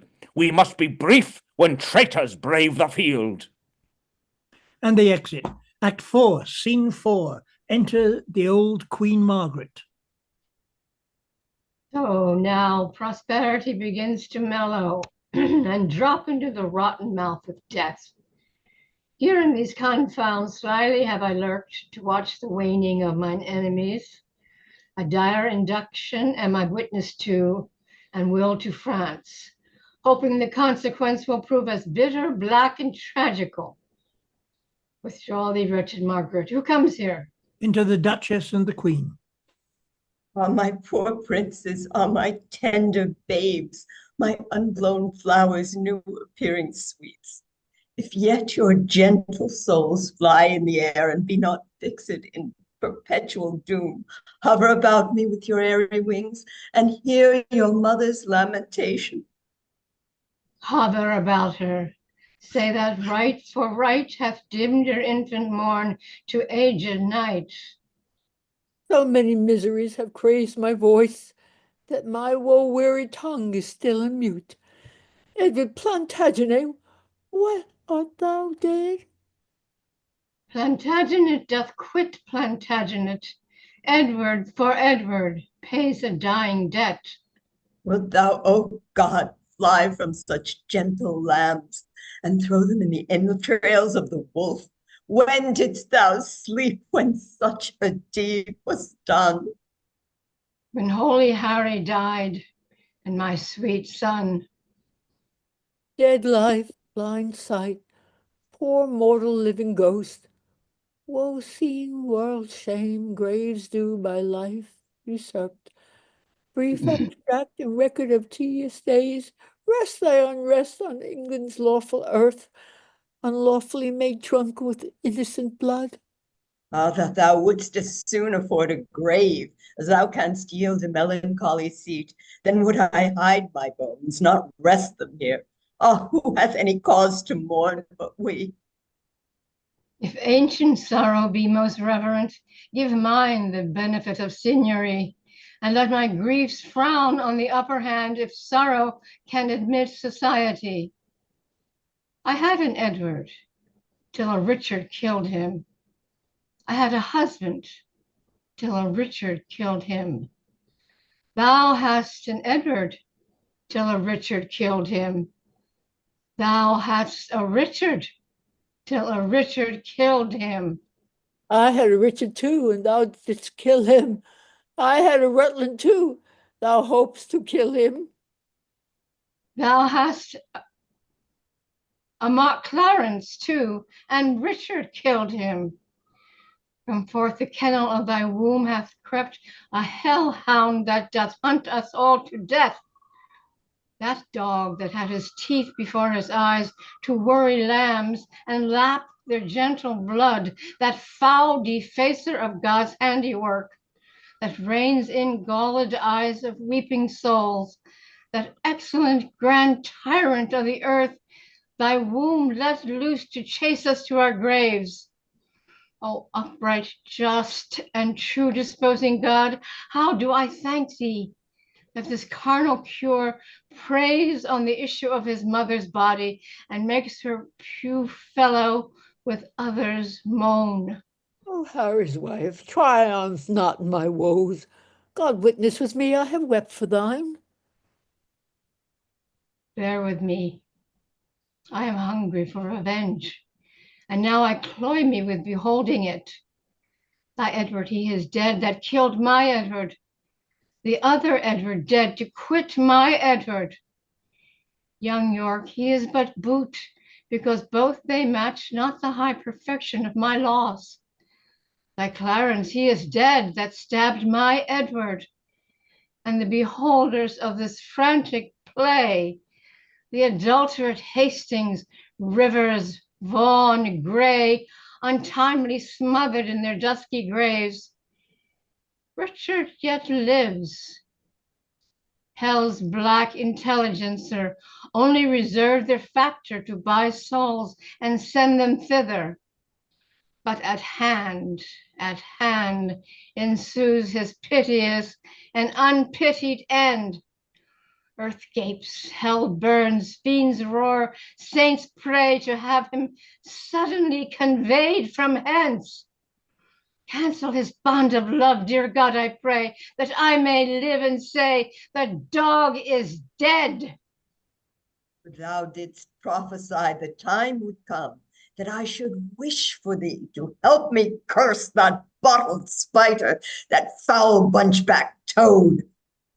I called thee then, vain flourish of my fortune. I called thee then, poor shadow, painted queen, a presentation of but what I was, the flattering index of a direful pageant, one heaved a high to be hurled down below. A mother only mocked with two fair babes, a dream what thou wast, a garish flag to be the aim of every dangerous shot, a sign of dignity, a breath, a bubble, a queen in jest only to fill the scene.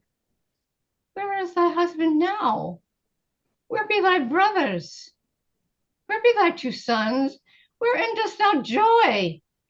Who sees, sues, and knees and says, God save the queen? Where be the bending peers that flattered thee? Where be the thronging troops that followed thee? Decline all this and see what now thou art. For happy wife, a most distressed widow. For joyful mother, one that wails the same. For one being sued too, one that humbly sues. For queen, a very caitiff, crowned with care. For she that scorned at me, now scorned of me, for she being feared of all, now fearing one, for she commanding all, obeyed of none. Thus have the course of justice whirled about, and left thee but a very prey to time, having no more by thought of what thou wast, to torture thee the more, being what thou art. Thou didst usurp my place. And dost thou not usurp the just proportion of my sorrow? Now thy proud neck bears half my burden's yoke, from which even here I slip my wearied head and leave the burden of it all on thee. Farewell, York's wife, and queen of sad mischance. These English woes shall make me smile in France. Oh, thou well skilled in curses, stay a while and teach me how to curse mine enemies. Forbear to sleep the night and fast the day. Compare dead happiness with living woe. Think that thy babes were sweeter than they were, and he that slew them fouler than he is. Bettering thy loss makes the bad causer worse. Resolving this will teach thee how to curse. My words are dull. Oh, quicken them with thine. Thy woes will make them sharp and pierce like mine. Why should calamity be full of words? Windy attorneys to their clients' woes, airy succeeders of intestate joys, poor breathing orators of miseries, let them have scope. Though what they will impart help nothing else, yet do they ease the heart. If so, then, be not tongue-tied, go with me, and in the breath of bitter words that smother my damned son, that thy two sweet sons smothered, the trumpet sounds, be copious and exclaims. Who intercepts me in my expedition? Oh, she that might have intercepted thee by strangling thee in her accursed womb from all the slaughter's wretch that thou hast done. Hidest thou that forehead with a golden crown, where should be branded, if that right were right, the slaughter of the prince that owed that crown, and the dire death of my poor sons and brothers? Tell me, thou villain slave, where are my children? Thou toad, where is thy brother Clarence and little Ned Plantagenet his son? Where is the gentle rivers Vaughan Gray? Where is kind Hastings? A flourish, trumpets! Strike alarum! Drums! Let not the heavens hear these telltale women rail on the Lord's anointed. Strike, I say! Flourish and alarms. Either be patient and entreat me fair, or with the clamorous report of war, thus will I drown your exclamations. Art thou my son? Aye, I thank God, my father, and yourself. Then patiently hear my impatience. Madam, I have a touch of your condition that cannot brook the accent of reproof. Oh, let me speak. Do then, but I'll not hear. I will be mild and gentle in my words. And brief, good mother, for I am in haste. Art thou so hasty? I have stayed for thee, God knows, in torment and in agony.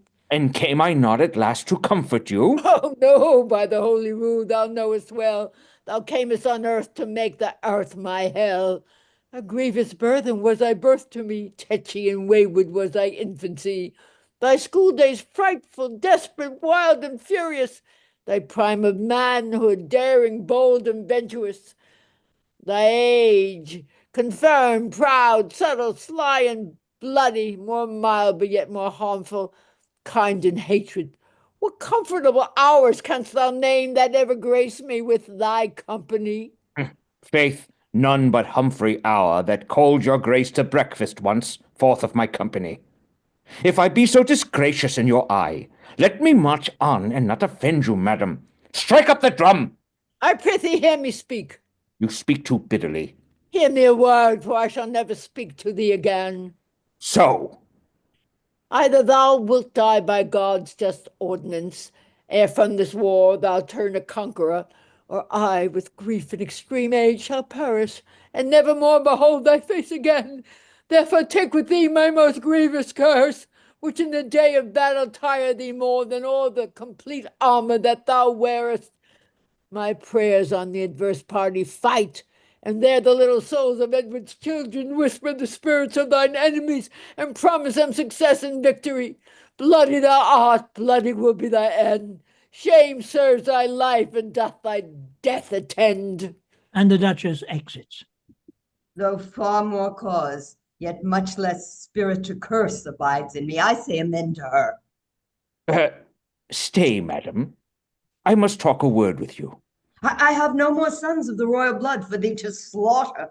For my daughters, Richard, they shall be praying nuns, not weeping queens, and therefore level not it their lives.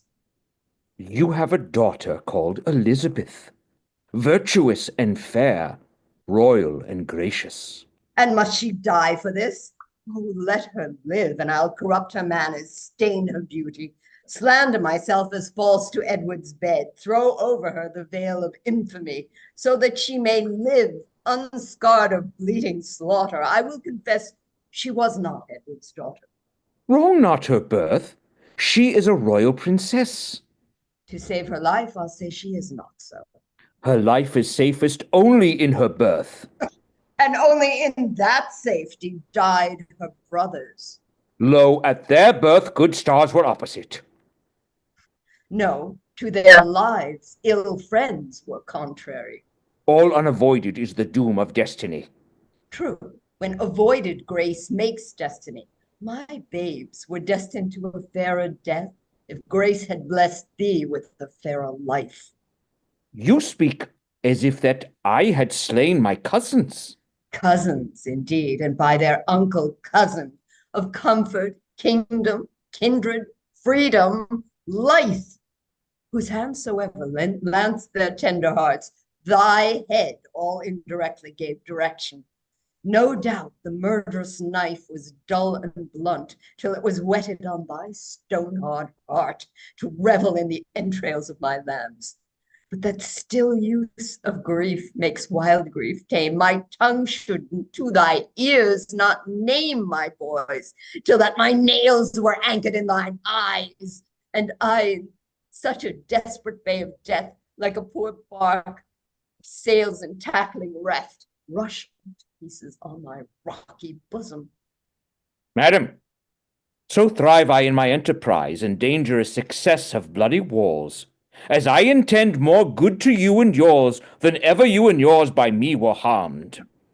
What good is covered by the face of heaven to be discovered that can do me good? The advancement of your children, gentle lady. Up to some scaffold, there to lose their heads? Unto the dignity and height of fortune, the high imperial type of this earth's glory. Flatter my sorrows with report of it. Tell me, what state, what dignity, what honor can thou demise to any child of mine? Even all I have, I and myself and all, will I withal endow a child of thine. So in the lethe of thy angry soul thou drown the sad remembrance of those wrongs which thou supposest I have done to thee. Be brief, lest that the process of thy kindness last longer telling than thy kindness date. Then know that from my soul I love thy daughter. Thy daughter's mother thinks it with her soul. What do you think? That thou dost love my daughter from thy soul. So from thy soul didst thou love her brothers, and from my heart's love I do thank thee for it.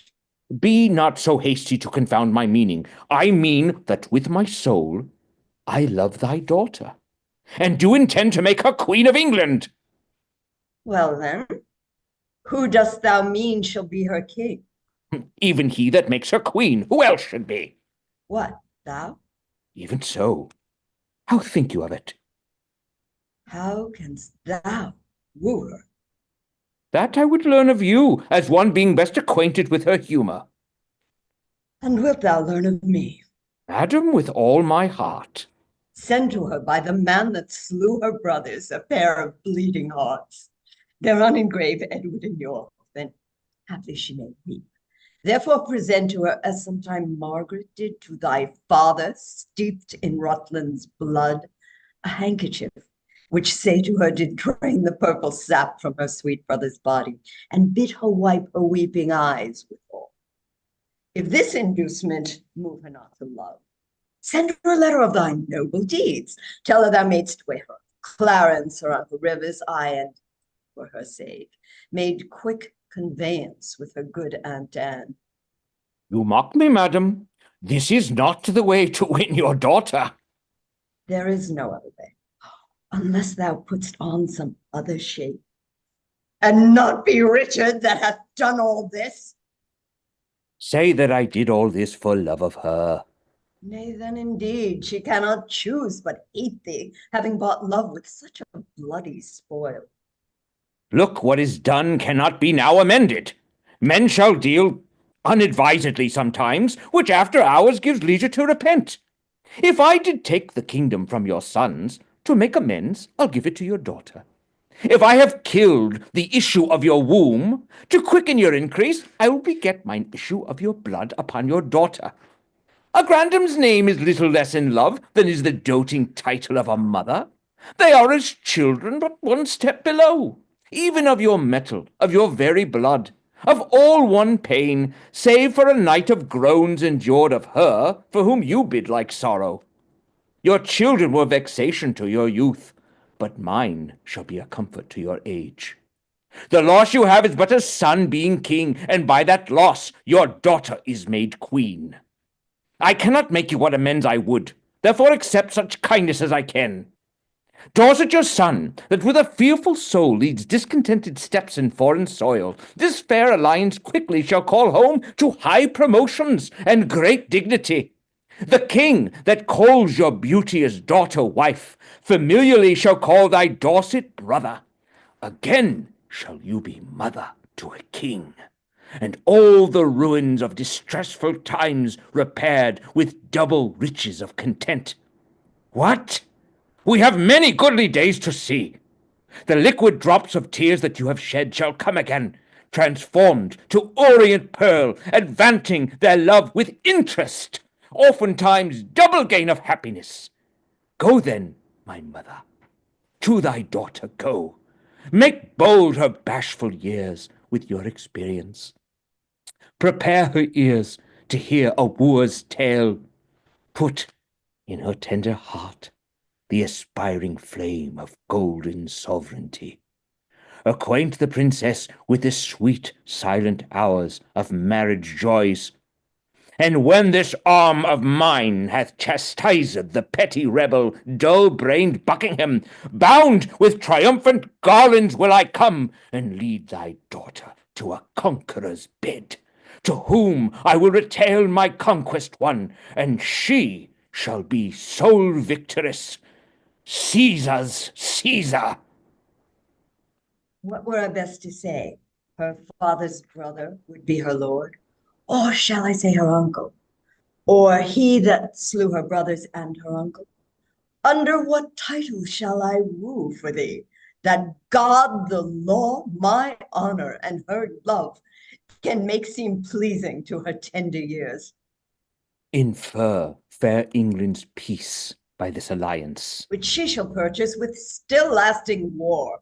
Tell her the king that may command entreats. That which at her hand the king's king forbids. Say she shall be a high and mighty queen. Veil the title as her mother doth. Say I will love her everlastingly. But how long shall that title ever last? Sweetly enforce until her fair lives end. But how long fairly shall her sweet life last? As long as heaven and nature lengthens it. As long as hell and Richard likes of it. Say I, her sovereign, am her subject low. But she, your subject, loathes such sovereignty. Be eloquent in my behalf to her. An honest tale speeds best being plainly told. Then plainly to tell my loving tale. Plain and not honest is too harsh a style. Your reasons are too shallow and too quick. Oh no, my reasons are too deep and dead. Too deep and dead, poor infants in their graves. Harp not on that string, madam, that is past. Harp. Now by my George, my garter, and my crown. Profaned, dishonored, and the third usurped. I swear. By nothing, for this is no oath. Thy George profaned hath lost his holy honor. Thy garter blemished, pawned his knightly virtue. Thy crown usurped, disgraced his kingly glory. If something thou wouldst swear to be believed, swear then by something that thou hast not wronged. Then by myself. Thyself is self-misused. Now by the world. 'Tis full of thy foul wrongs. My father's death. Thy life hath it dishonored. Why then by heaven. God's wrong is most of all. If thou didst fear to break an oath with him, the unity the king my husband made, thou hadst not broken, nor my brothers died. If thou hadst feared to break an oath by him, the imperial metal circling now thy head had graced the tender temples of my child, and both the princes had been breathing here, which now two tender bedfellows for dust. Thy broken faith hath made the prey for worms. What canst thou swear by now? The time to come. That thou hast wronged in the time all past. For I myself have many tears to wash hereafter time for time past wronged by thee. The children live whose fathers thou hast slaughtered, ungoverned youth to wail it in their age. The parents live whose children thou hast butchered, old barren plants to wail it in their age. Swear not by time to come, for that thou hast misused ere used by time ill used or past. As I intend to prosper and repent, so thrive I in my dangerous affairs of hostile arms. Myself confound. Heaven and fortune bar me happy hours. Day, yield me not thy light, nor night thy rest. Be opposite all planets of good luck to my succeeding, if with dear heart's love, immaculate devotion, holy thoughts, I tender not thy beauteous princely daughter. In her consists my happiness, and thine. Without her, follows to myself, and thee, herself, the land, and many a Christian soul, death, desolation, ruin, and decay. It cannot be avoided but by this. It will not be avoided but by this. Therefore, dear mother, I must call you so, be the attorney of my love to her. Plead what I will be, not what I have been. Not my deserts, but what I will deserve. Urge the necessity and state of times, and be not peevish found in great designs. Shall I be tempted of the devil thus? Aye, if the devil tempt you to do good. Shall I forget myself to be myself? Aye, if your self's remembrance wrong yourself. Yet thou didst kill my children. But in your daughter's womb I bury them, where in that nest of spicery they will breed selves of themselves to your recomforture. Shall I go win my daughter to thy will? And be a happy mother by the deed. I go. Write to me very shortly, and you shall understand from me mine. Bear her Queen my Excellence. true love's kiss, and so farewell.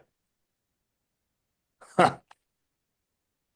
Relenting fool and shallow-changing woman. How now, what news? Ratcliffe enters.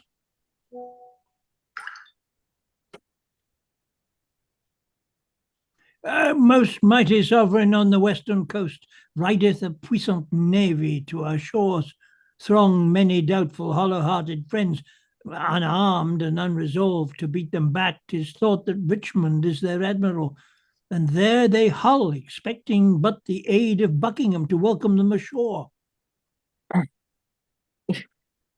Some Lightfoot friend, post to the Duke of Norfolk. Ratcliffe, thyself, or Catesby, where is he? Here, my good lord. Catesby, fly to the Duke. I will, my lord, with all convenient haste. Catesby, come hither. Post to Salisbury when thou comest hither. Dull unmindful villain, why stayest thou here, and goest not to the Duke? First, my liege, tell me your highness's pleasure. What with your grace I shall deliver to him. Oh, true, good Catesby. Bid him levy straight the greatest strength and power that he can make, and meet me suddenly at Salisbury. I go. Catesby exits. What, may it please you, shall Edward Salisbury? Why, what wouldst thou do there before I go? Why, what wouldst thou do there before I go? My mind is changed. Oh, Stanley, what news with you? None, good my liege, to please you with thy hearing, nor none so bad, but well may be reported. Hoy-day, a riddle, neither good nor bad. What needest thou run so many miles about, when thou mayest tell thy tale the nearest way? Once more, what news? Richmond is on the seas. There let him sink and be the seas on him. White-livered runagate, what doth he there? I know not, mighty sovereign, but by guess. Well, as you guess. Stirred up by Dorset, Buckingham, and Morton, he makes for England, here to claim the crown. Is the chair empty? Is the sword unswayed? Is the king dead, the empire unpossessed? What heir of York is there alive but we? And who is England's king but great York's heir? Then tell me, what makes he upon the seas? Unless for that, my liege, I cannot guess. Unless for that he comes to be your liege, you cannot guess wherefore the Welshman comes. Thou wilt revolt, and fly to him, I fear. No, my good lord, therefore mistrust me not. Where is thy power then to beat him back? Where be thy tenants and thy followers? Are they not now upon the western shore, safe conducting the rebels from their ships? No, my good lord, my friends are in the north. Cold friends to me! What do they in the north when they should serve their sovereign in the west? They have not been commanded, mighty king. Pleaseth your majesty to give me leave, I'll muster up my friends and meet your grace where and what time your majesty shall please. Aye, thou wouldst be gone to join with Richmond, but I'll not trust thee. Most mighty sovereign, you have no cause to hold my friendship doubtful. I never was, nor never will be false. Go then, and muster men, but leave behind your son, George Stanley. Look your heart be firm, or else his head's assurance is but frail. So deal with him, as I prove true to you. Stanley exits. Enter a messenger. My gracious sovereign, now in Devonshire, as I, by friends, am well advertised, Sir Edward Courtenay and the haughty prelate, Bishop of Exeter, his elder brother, with many more confederates, are in arms. Enter another messenger. In Kent, my liege, the Guildfords are in arms, and every hour more competitors flock to the rebels, and their power grows strong. Enter another messenger. My lord, the army of great Buckingham. Well done, ye elves! Nothing but songs of death. There, take thou that! The news I have to tell your majesty is that by sudden floods and fall of waters, Buckingham's army is dispersed and scattered, and he himself wandered away alone, no man knows whither. Oh, I cry thee mercy. There is my purse to cure that blow of thine.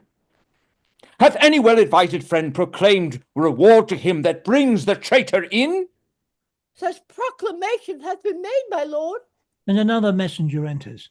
Sir Thomas Lovell and Lord Marquis Dorset, it is said, my liege, in Yorkshire are in arms, but this good comfort bring I to your highness. The Brittany navy is dispersed by tempest. Richmond in Dorsetshire sent out a boat unto the shore to ask those on the banks if they were his assistants, yea or no.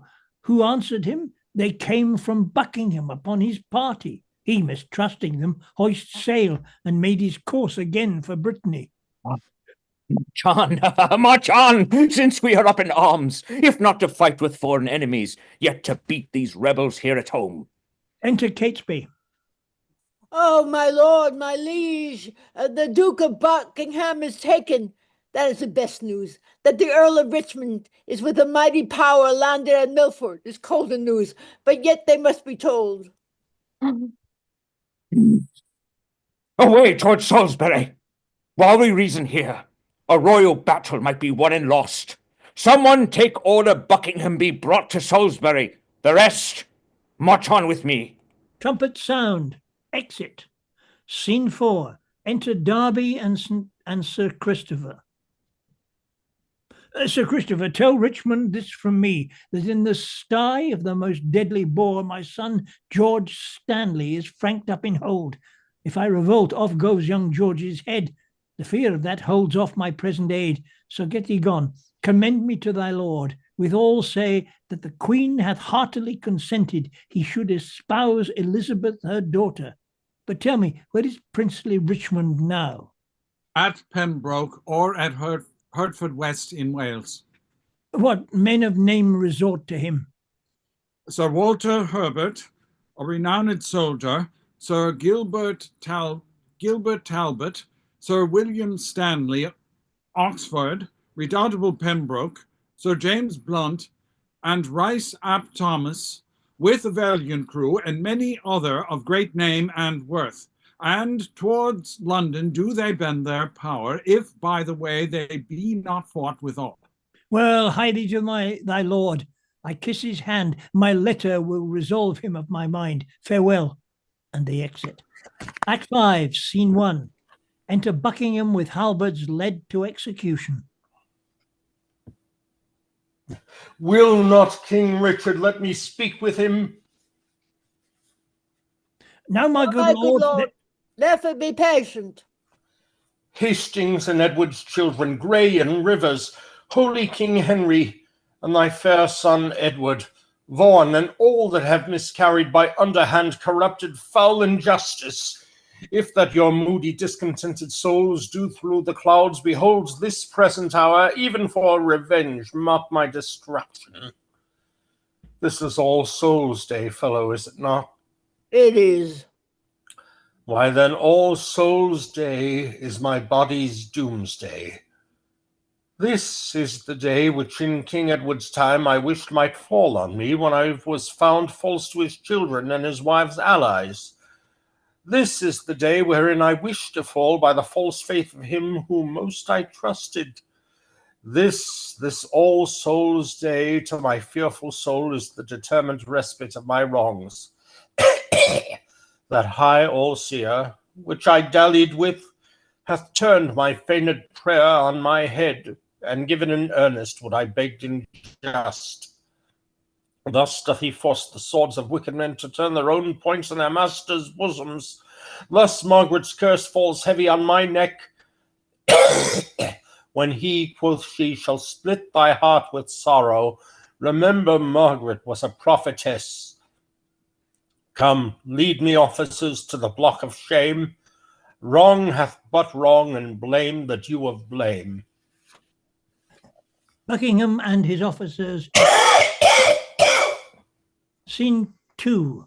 Enter Richmond, Oxford, Blunt, Herbert, and others with drum and colours.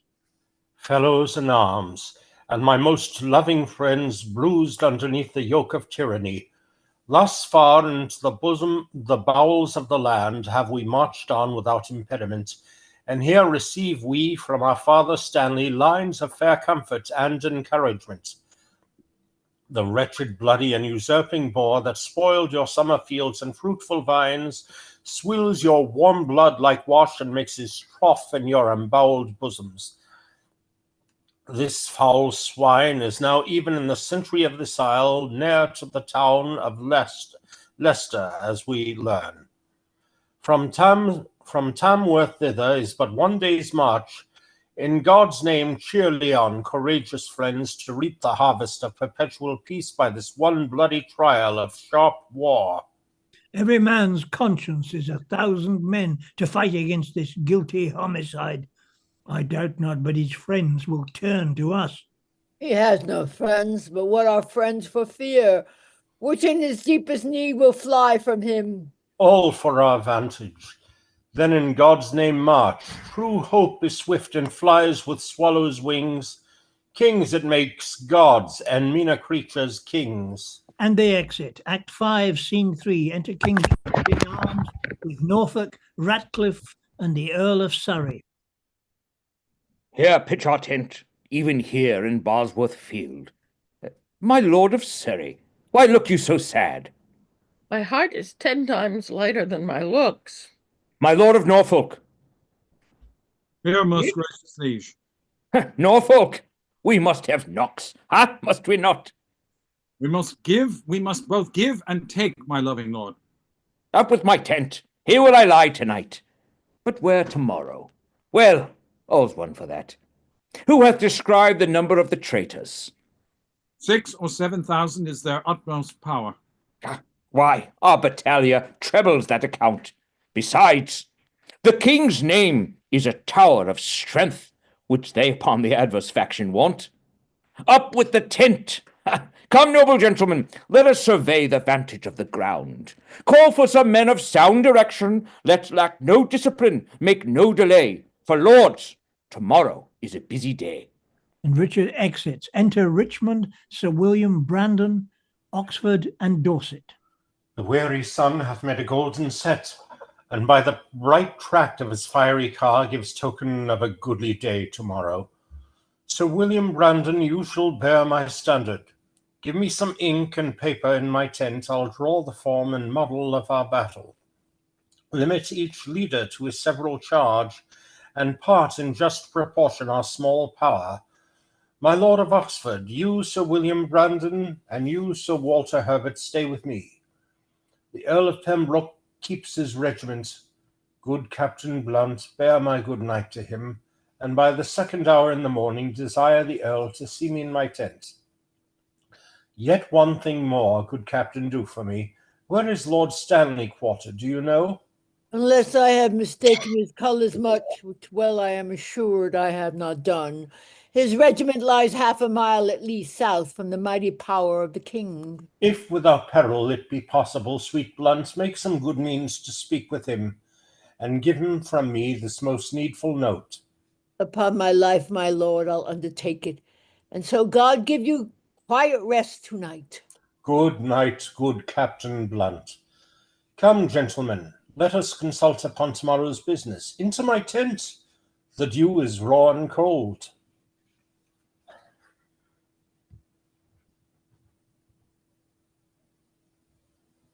What is it They o'clock? withdraw into the tent. Enter Richard, Ratcliffe, Norfolk, and Gateby. What is it o'clock? It's supper time, my lord. It's 9 o'clock. I will not sup tonight. Give me some ink and paper.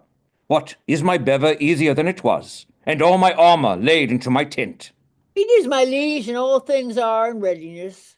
Good Norfolk, hie thee to thy charge. Use careful watch. Choose trusty sentinels. I go, my lord. Stir with the lock tomorrow, gentle Norfolk. I warrant you, my lord. Norfolk, Ratcliffe, my lord. send out a pursuivant at arms to Stanley's regiment. Bid him bring his power before sun rising, lest his son George fall into the blind cave of eternal night. Fill me a bowl of wine. Give me a watch. Saddle white Surrey for the field tomorrow. Look that my staves be sound and not too heavy. Ratcliffe, My lord. sorest the melancholy Lord Northumberland?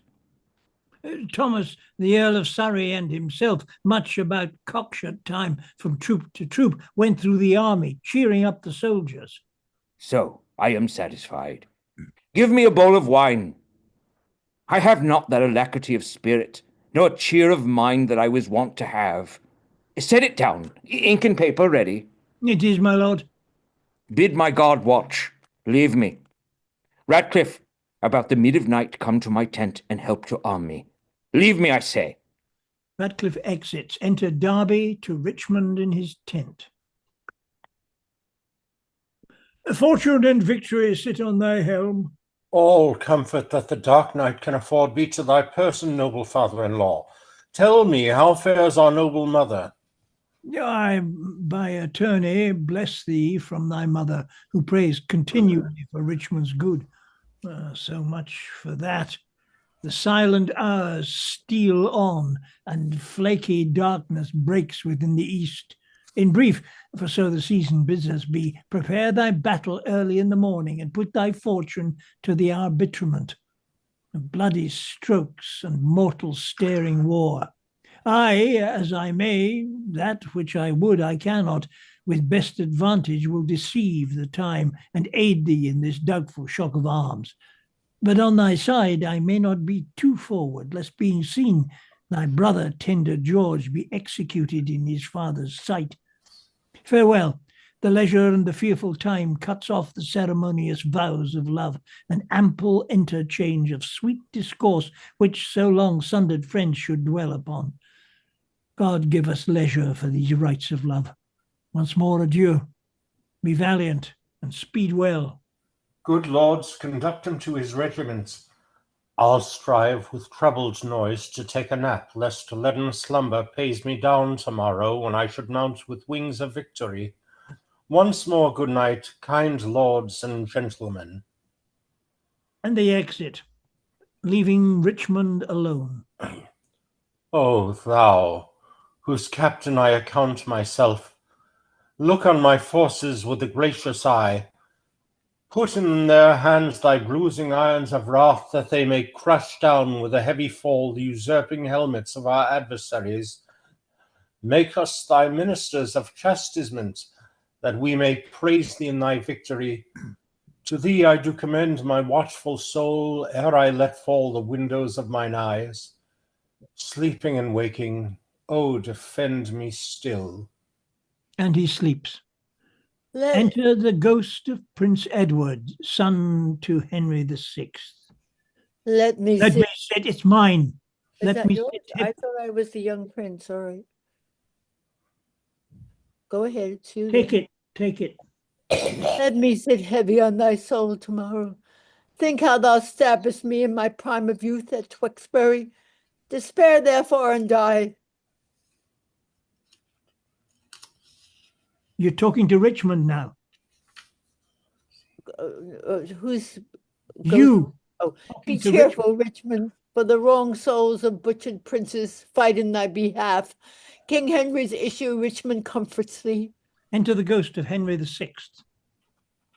When I was mortal, my anointed body by thee was punched full of holes. Think on the Tower and me. Despair and die. Harry VI bids thee despair and die. You're now talking Virtuous and holy be thou conqueror. Harry that prophesies thou shouldst be king doth comfort thee in sleep. Live and flourish. Enter the ghost of Clarence. Who's Clarence? I was doing that. Let me my soul tomorrow. I that was washed to death with fulsome wine. Poor Clarence, by thy guilt betrayed to death. Tomorrow in the battle think on me, and fall thy edgeless sword, despair and die. Thou, offspring of the house of Lancaster, the wronged heirs of York, do pray for thee. Good angels, guard thy battle, live and flourish. Enter the ghosts of Rivers, Grey, and Vaughan.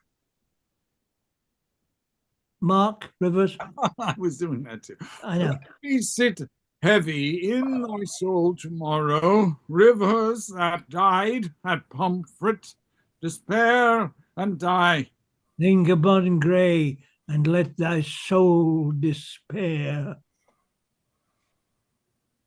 Think Vaughan. upon Vaughan, and with guilty fear, let fall thy lance, despair and die. Awake, and think our wrongs in Richard's bosom will conquer all. Awake and win the day. Enter the ghost of Hastings.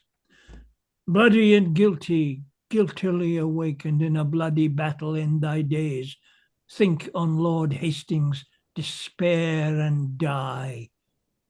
Quiet, untroubled soul, awake, awake, fight and conquer for fair England's sake. Dream on, thy cousin, smothered in the tower. Let us be laid within thy bosom, Richard, and weigh thee down to ruin, shame, and death. Thy nephew's soul bids thee despair and die. All the ghosts the ghosts to Richmond. Sleep, Richmond, sleep in peace and wake in joy. Good angels guard thee from the boar's annoy. Live and beget a happy race of kings. Edward's unhappy sons do bid thee flourish. Enter the ghost of Anne, his wife, and speaks to Richmond. Richard. Richard, thy wife, that wretched Anne, thy wife, that never slept a quiet hour with thee, now fills thy sleep with perturbations. Tomorrow in the battle, think on me, and fall thy edgeless sword, despair and die. And she speaks to Richmond. Thou quiet soul, sleep thou a quiet sleep. Dream of success and happy victory. Thy adversary's wife doth pray for thee. Enter the ghost of Buckingham, speaking to Richard. The first was I that helped thee to the crown, that last was I that felt thy tyranny. Oh, in the battle think on Buckingham, and die in terror of thy guiltiness. Dream on of bloody deeds and death, fainting despair, despairing yield thy breath. The ghost speaks to Richmond. I died for hope ere I could lend thee aid, but cheer thy heart and be thou not dismayed. God and good angels fight on Richmond's side, and Richard fall in height of all his pride. Richard starts out of his dream.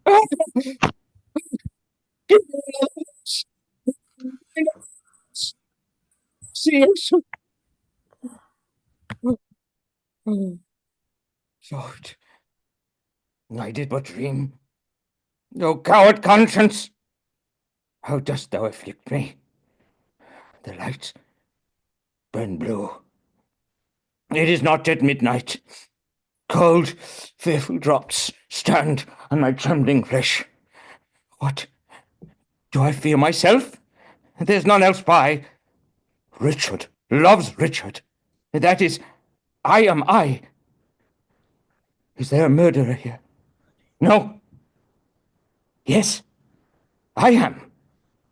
Then fly. What from thyself? Great reason why. Lest I revenge. What, myself upon myself? Alack, I love myself. Wherefore? For any good that I myself have done unto myself? Oh no. Alas, I rather hate myself. For hateful deeds committed by myself. I am a villain. Yet I lie, I am not. Fool, of thyself speak well. Fool, do not flatter. My conscience hath 1,000 several tongues, and every tongue begins in a several tale, and every tale condemns me for a villain. Perjury in the highest degree. Murder, stern murder in the direst degree. All several sins, all used in each degree, throng all to the bar, crying all, guilty, guilty. I shall despair. No creature loves me. And if I die, no soul shall pity me. Nay, wherefore should they? Since that I myself find in myself no pity to myself. Methought the souls of all that I had murdered came to my tent. Every one did threat tomorrow's vengeance on the head of Richard. Enter Radcliffe. My lord. Who's there? Who's there? Radcliffe, my lord, desire the early village cock hath twice done salutation to the morn. Your friends are up and buckle on their armour. I fear! I fear! No, good my lord, be not afraid of shadows. By the Apostle Paul, shadows tonight have stroke me terror to the soul of Richard, that can the substance of 10,000 soldiers armed in proof and led by shallow Richmond. 'Tis not yet near day. Come, go with me. Under our tents I'll play the eavesdropper to hear if any mean to shrink from me. Exeunt Richard and Radcliffe enter the lords to Richmond, sitting in his tent. Good morrow, Richmond. Cry mercy, lords and watchful gentlemen, that you have taken a tardy sluggard here. Have you slept, my lord? The sweetest sleep and fairest boding dreams that ever entered in a drowsy head have I since your departure had, my lords. Methought their souls, whose bodies Richard murdered, came to my tent and cried on victory. I promise you my heart is very jocund in the remembrance of so fair a dream. How far into the morning is it, lords? Upon the stroke of 4. Why, then 'tis time to arm and give direction. Richmond gives his oration to his soldiers. More than I have said, loving countrymen, the leisure and enforcements of the time forbids to dwell upon. Yet remember this: God and our good cause fight upon our side. The prayers of holy saints and wronged souls, like high-reared bulwarks, stand before our faces. Richard except, those whom we fight against, I'd rather have us win than him they follow. For what is he they follow? Truly, gentlemen, a bloody tyrant and a homicide. One raised in blood and one in blood established, one that made means to come by what he hath, and slaughtered those that were the means to help him. A base foul stone, made precious by the soil of England's share, where he is falsely set. One that hath ever been God's enemy. Then if you fight against God's enemy, God will in justice ward you as his soldiers. If you do swear to put a tyrant down, you sleep in peace, the tyrant being slain. If you do fight against your country's foes, your country's fat shall pay your pains the higher. If you do fight in safeguard of your wives shall welcome home the conquerors. If you do free your children from the sword, your children's children quits it in your age. Then, in the name of God and all these rights, advance your standards, draw your willing swords.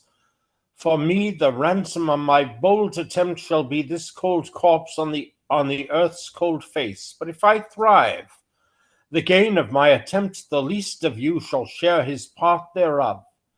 Sound drums and trumpets boldly and cheerfully. God and St. George, Richmond and victory. Enter King Richmond, Radcliffe, and Catesby. What said Northumberland as touching Richmond? But he was never trained up in arms. He said the truth. And what said Surrey then? He smiled and said the better for our purpose. He was in the right, and so indeed it is. Tell the clock there. The clock strikes. Give me a calendar. Who saw the sun today? Not I, my lord. Then he disdains to shine. For by the book, he should have braved the east an hour ago. A black day will it be to somebody, Radcliffe. My lord. The sun will not be seen today. The sky doth frown and lower upon our army. I would these dewy tears were from the ground. Not shine today. Why, what is that to me more than to Richmond? For the self-same heaven that frowns on me looks sadly upon him. Norfolk enters. Arm, arm, my lord, the foe vaunts in the field. Come, bustle, caparison my horse. Call up Lord Stanley, bid him bring his power. I will lead forth my soldiers to the plain, and thus my battle shall be ordered. My forward shall be drawn in length, consisting equally of horse and foot. Our archers shall be placed in the midst. John, Duke of Norfolk, and Thomas, Earl of Surrey, shall have the leading of the foot and horse. They thus directed, we will follow in the main battle, whose puissance on either side shall be well winged with our chiefest horse. This and St. George to boot. What thinkest thou, Norfolk? A good direction, warlike sovereign. This found I on my tent this morning. Jockey of Norfolk, be not so bold, for Dickon by the master is bought and sold. A thing devised by the enemy. Go, gentlemen, every man to his charge. Let not our babbling dreams affright our souls. For conscience is a word that cowards use, devised at first to keep the strong in awe. Our strong arms be our conscience, swords our law. March on, join bravely. Let us to it pell-mell, if not to heaven, then hand in hand to hell. What shall I say more than I have inferred? Remember whom you are to cope withal. A sort of vagabonds, rascals, and runaways, a scum of Bretons and base lackey peasants, whom their o'ercloyed country vomits forth to desperate adventures and assured destruction. You sleeping safe, they bring you to unrest. You, having lands and blessed with beauteous wives, they would restrain the one, disdain the other. And who doth lead them but a paltry fellow, long kept in Brittany at our mother's cost, a milksop, one that never in his life felt so much cold as over shoes in snow. Let's whip these stragglers o'er the seas again. Lash hence these o'erweening rags of France, these famished beggars weary of their lives, who, but for dreaming on this fond exploit, for want of means, poor rats, had hanged themselves. If we be conquered, let men conquer us, and not these bastard Bretons, whom our fathers have in their own land beaten, bobbed, and thumped, and on record left them the heirs of shame. Shall these enjoy our lands, lie with our wives, ravish our daughters? Drums are far off. Hark! I hear their drums. Fight, gentlemen of England! Fight boldly, yeomen! Draw, archers! Draw your arrows to the head! Spur your proud horses hard, and ride in blood! Amaze the welkin with your broken staves! Enter a messenger. What says Lord Stanley? Will he bring his power? My lord, he doth deny to come. Off with his son George's head! My lord, the enemy is past the marsh. After the battle, let George Stanley die. 1,000 hearts are great within my bosom. Advance our standards, set upon our foes. Our ancient word of courage, fair St. George, inspire us with the spleen of fiery dragons. Upon them, victory sits on our hands. Act 5, Scene 4. Alarms, excursions, enter Catesby. Rescue, my lord of Norfolk! Rescue, rescue! The king enacts more wonders than a man, daring and opposite to every danger. His horse is slain, and all on foot he fights, seeking for Richmond in the throat of death. Rescue, fair lord, or else the day is lost. Trumpets sound, enter Richard. A horse! A horse! Oh, withdraw, my lord. I'll help you to a horse. Slave! I have set my life upon a cast, and I will stand the hazard of the die. I think there be 6 Richmonds in the field. 5 have I slain today instead of him. A horse! Kingdom for a horse! Act 5, Scene 5. Alarms, enter Richard and Richmond. They fight. Richard is slain. They retreat. Flourish of trumpets. Enter Richmond, Derby, bearing the crown with divers other lords. God and your arms be praised, victorious friends. The day is ours, the bloody dog is dead. Courage, Richmond. Well hast thou acquit thee. Lo, here these long usurped royalties from the dead temples of this bloody wretch have I plucked off to grace thy brows withal. Wear it and make much of it. Great God of heaven, say amen to all. But tell me, is young George Stanley living? He is, my lord, and safe in Leicester town, whither, if you please, we may withdraw us. What men of name are slain on either side? John, Duke of Norfolk, Walter, Lord Ferris, Sir Robert Brokenbury, and Sir William Brandon. Inter their bodies as become their births. Proclaim a pardon to the soldiers fled, that in submission will return to us. And then, as we obtain the sacrament, we will unite the white rose and the red. Yes. Smile heaven upon this fair conjunction that long have frowned upon their enmity. What traitor hears me and says not amen? England hath long been mad and scarred herself. The brother blindly shed the brother's blood. The father rashly slaughtered his own son. The son compelled been butcher to the sire. All this divided York and Leinster, divided in their dire division. Oh, now let Richmond and Elizabeth, the true succeeders of each royal house, by God's fair ordinance conjoin together, and let thy heirs, God, if thy will be so, enrich the time to come with smooth-faced peace, with smiling plenty and fair prosperous days.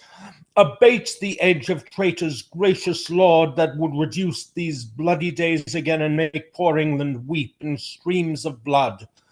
Let them not live to taste this land's increase, that would with treason wound this fair land's peace. Now civil wounds are stopped, peace lives again, that she may long live here. God say amen. And they exit. End of play. End of play. We had an audience back here at my house. Oh, cool. Amen. My wife and daughter were both here. Yay. And my dog, who runs away when he hears me speaking like this. Well, the main thing is, Your did hounds they like to your run ritual? away? It was 4 hours. 4 hours. 4 hours, yeah. It's a very, very long play. It Yeah. is. We got a late start. 4 hours. 1:05, yeah. 4 hours. 4 hours. Wow. But That was fun, guys. that scene in 4-4 Yes. between the two of you back and forth, it just goes on forever. You know, I memorized that whole scene. Ann Jackson and this guy and I both did that entire scene. He played Richard and I played Elizabeth. We did memorize that entire scene. Unbelievable. Isn't Margaret the largest play in the largest character in Shakespeare? I think it is. Yeah, she's in all 4 plays. She's in all 4 plays. 4 plays, and if you put them Yeah. all Largest together, character? The Mhm. largest. Amongst the canon. yeah, that's right. The biggest part. She's in so many plays, you mean? Mhm. Yeah, Yeah. she's in 4 plays. Yeah, And she Falstaff appears in 4 must be plays. close. And she, you Well, know, good job, everyone. Thank you all so much. This has got so many characters and so much going on. And yeah. well, we had a few technical difficulties, but you guys did a great job. So thank you all so much. Thank you, Yeah. everybody. Jennifer, we had to cover Jennifer's parts. I didn't know where the hell I was sometimes. Yeah, and poor old Michael couldn't get in. Yeah. He was And in I for a took your while. prince because I had done the young prince before.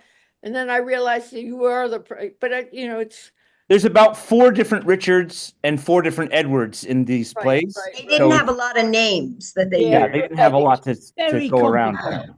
My Very daughter's pulling out. This is my hump, by the way. Pull it out. There it is. Oh, Okay. that was perfect. Oh, That that's was much better. excellent. You're Much. getting your sock- loved you're getting the your hump. socks That back, was are you? It's all the socks. Yes, it's all socks. Wow. But nobody can see your hump because it's I could see it. Well, I was trying to kind of lean this way, so. Yeah, I could see All it. you had to do was tilt yourself to the side or tilt your camera to the side. I saw it. Well, I tried. I didn't was want it to good. be too big. I mean, we didn't want to It be. didn't need a hump. It did make a difference. It made a difference. Mhm. Yes. This In was fact, this was a pleasure. Thank you, everyone. This was so fun doing all 4 plays in a This row. was So It's fun. fantastic. Great. Just doing this one was fun. Yep. Yeah. Yeah. I only did 3. Right. Well, Geraldine, I hope we see more of you. This was really Yes. fun. I enjoyed it. I enjoyed us going at each other. That was fun. Yeah, yeah. And somehow it's kind of, I think the saddest tragedy of this play is that after all that he's done, he convinces Elizabeth to go get the daughter. Yeah. Oh, no, no, no, no, Oh, no, he no, doesn't no. really. No, she I think don't know he, about that. I don't know. I think he does. No, Elizabeth because is she's buying conniving time. him. She gets Okay. Richmond to come. She, Yes, yeah, she Okay, because, all right. because He Elizabeth, connives him. He Yeah. thinks that she's she's going the to, only but one she's who not. tricks him Okay. Smart. She's I'll buy smart that. enough to know. because she's thinking, if I outright defy him, he's going to kill Elizabeth. I I read she have actually to gets make him Richmond think on that her he's going to side. get what he wants to to get save rid of Elizabeth's Sure, life. Geraldine, And then meanwhile, I write to Richmond like you can have her. Oh, okay. All right. I like that. That's cool. It's very, it's clear that she's like, Yeah, you lose okay, that this one. this is what I have to do. He's the And only then she becomes the mother of mother of Henry VIII. Yeah. And Well- of course Elizabeth's granddaughter, Queen Elizabeth's granddaughter. So she's got to be treated well. Yeah. Right. So no, I mean, Elizabeth absolutely knows what she's doing. She's figuring it out while he's speaking. And she's like, okay, what do I have to do to save my daughter's life? I have to let him think he's going to get what he wants. And in the meantime, I arrange an out. And Good. it's just like, oh, okay. I like that. That's good. That makes me feel better. Oh, no, absolutely. You can tell all along. She's like, oh, okay. It's like a little transition in there from like, oh, this is horrible to like, this is what I have to do. Okay. Cool. And I she's live the only about one, she's a the only few one who miles. trusts him. I live about a few miles from Eltham Palace, where Henry VIII used to play as a child. Wow. Ah, In Nice. in the Great Hall, which is the inspiration he used to build Hampton Court. Wow, that's incredible. Oh yeah. They thought that they found the bones of Richard III. Not Right, too- they did. And They the did. Richard III Society, which always felt that he had been wrongly cast as a hunchback, was quite disappointed because they found his body, and indeed he was deformed like that. They found it was under a parking lot. It was under a He parking lot. had scoliosis. He didn't Yeah. necessarily have Yeah. hunchback. He also had a very good looking face. I remember seeing something, but they also said that he wasn't He wasn't such a villain. No, not such a villain. and an unkind. They seem to have used him that way for some strange reason. Well, it's I- propaganda. I Hey, mean, it's Shakespeare yeah, again playing politics. yeah. Right. Because I mean, That he created the right impression in the play. But Richard was actually not a bad king. He was right, not a and bad Richmond was not an angel. Richmond was not an angel. No, Richmond was probably more likely to have killed the princes than Richard. Yeah. Because that's when they disappeared. Once the battle was won, then the kids disappeared. They were alive when Richard rode to battle. Well, Yep. I read that she sent to France and had troops. Elizabeth sent to France and had troops come from France because I think she was originally related to the French in some She was ways. originally on the Lancaster side. Yeah, she was married to a Lancaster. And sadly, your a horse, a kingdom from your horse was trampled over, Andrew. Oh, That was a shame. No, I think you got your microphone got overwhelmed because Oh. maybe going high in volume. Yeah, you've got a limiter on, which is, or it's actually liable to be Zoom. If you've got the wrong setting on Zoom. yeah. I normally have it lower.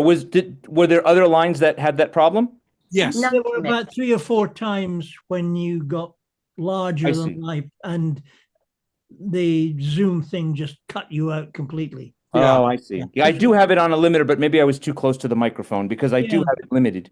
Yeah. Well, guys, I have to go and learn Yes, another. thank you, everyone. I have to go to. What are you learning? Bye-bye. Oh, Next Angie, it's so fun. I'm going to be like this Russian mother in Brighton Beach in a Oh, wonderful. ag Oh, film. joy. Yeah, and we're filming next week. It's Great. hilarious. It's really, Congratulations. thank you. It's really darkly funny. My son is a Orthodox priest, but he gets very horny and he has to figure out what to do with this. Yeah. And every character in the thing is just so sardonic and funny. I'm like, I want he should be electrician maybe, but I happy he finds something. Well, enjoy. Oh, it's gonna be fun. But I Recollect. have it because Send us the link when it's up. I was probably gonna go to festivals and stuff. It's a short film, but it's not a student film. It's a deal. Yeah. Oh, good. It's Good, funny. good. Great. Good night, everybody. See you Good again. night, everybody. Take care. Okay. Good night. Bye, everybody. Bye-bye. Bye, Kitty. Bye. Bye. Let me get off here. We go. I noticed, Ken, you actually got your video working at one point. Yeah, for a brief time. It was good. was Good to see beautiful. you. You're looking well. Oh, good. Thanks. Yes. Bye, sweeties. Bye. So long. All right. Time to go home, I think. Well, no, I am home. Time to go to attend to my hamster. See you all next time. So long. Bye. Thank you all. All right, I will end it here. Okay. Thanks, Paul. Thank you, Angus. Thank you. Everybody was really great. Thank you all. It was fun. Thank you. Steve. Paul. Oh, Yeah. I'll wait till you finished recording. Recording's over. Mine still says you're recording. Mine says it stopped, but Oh, okay. yeah, I don't know why it says that, because I stopped the live stream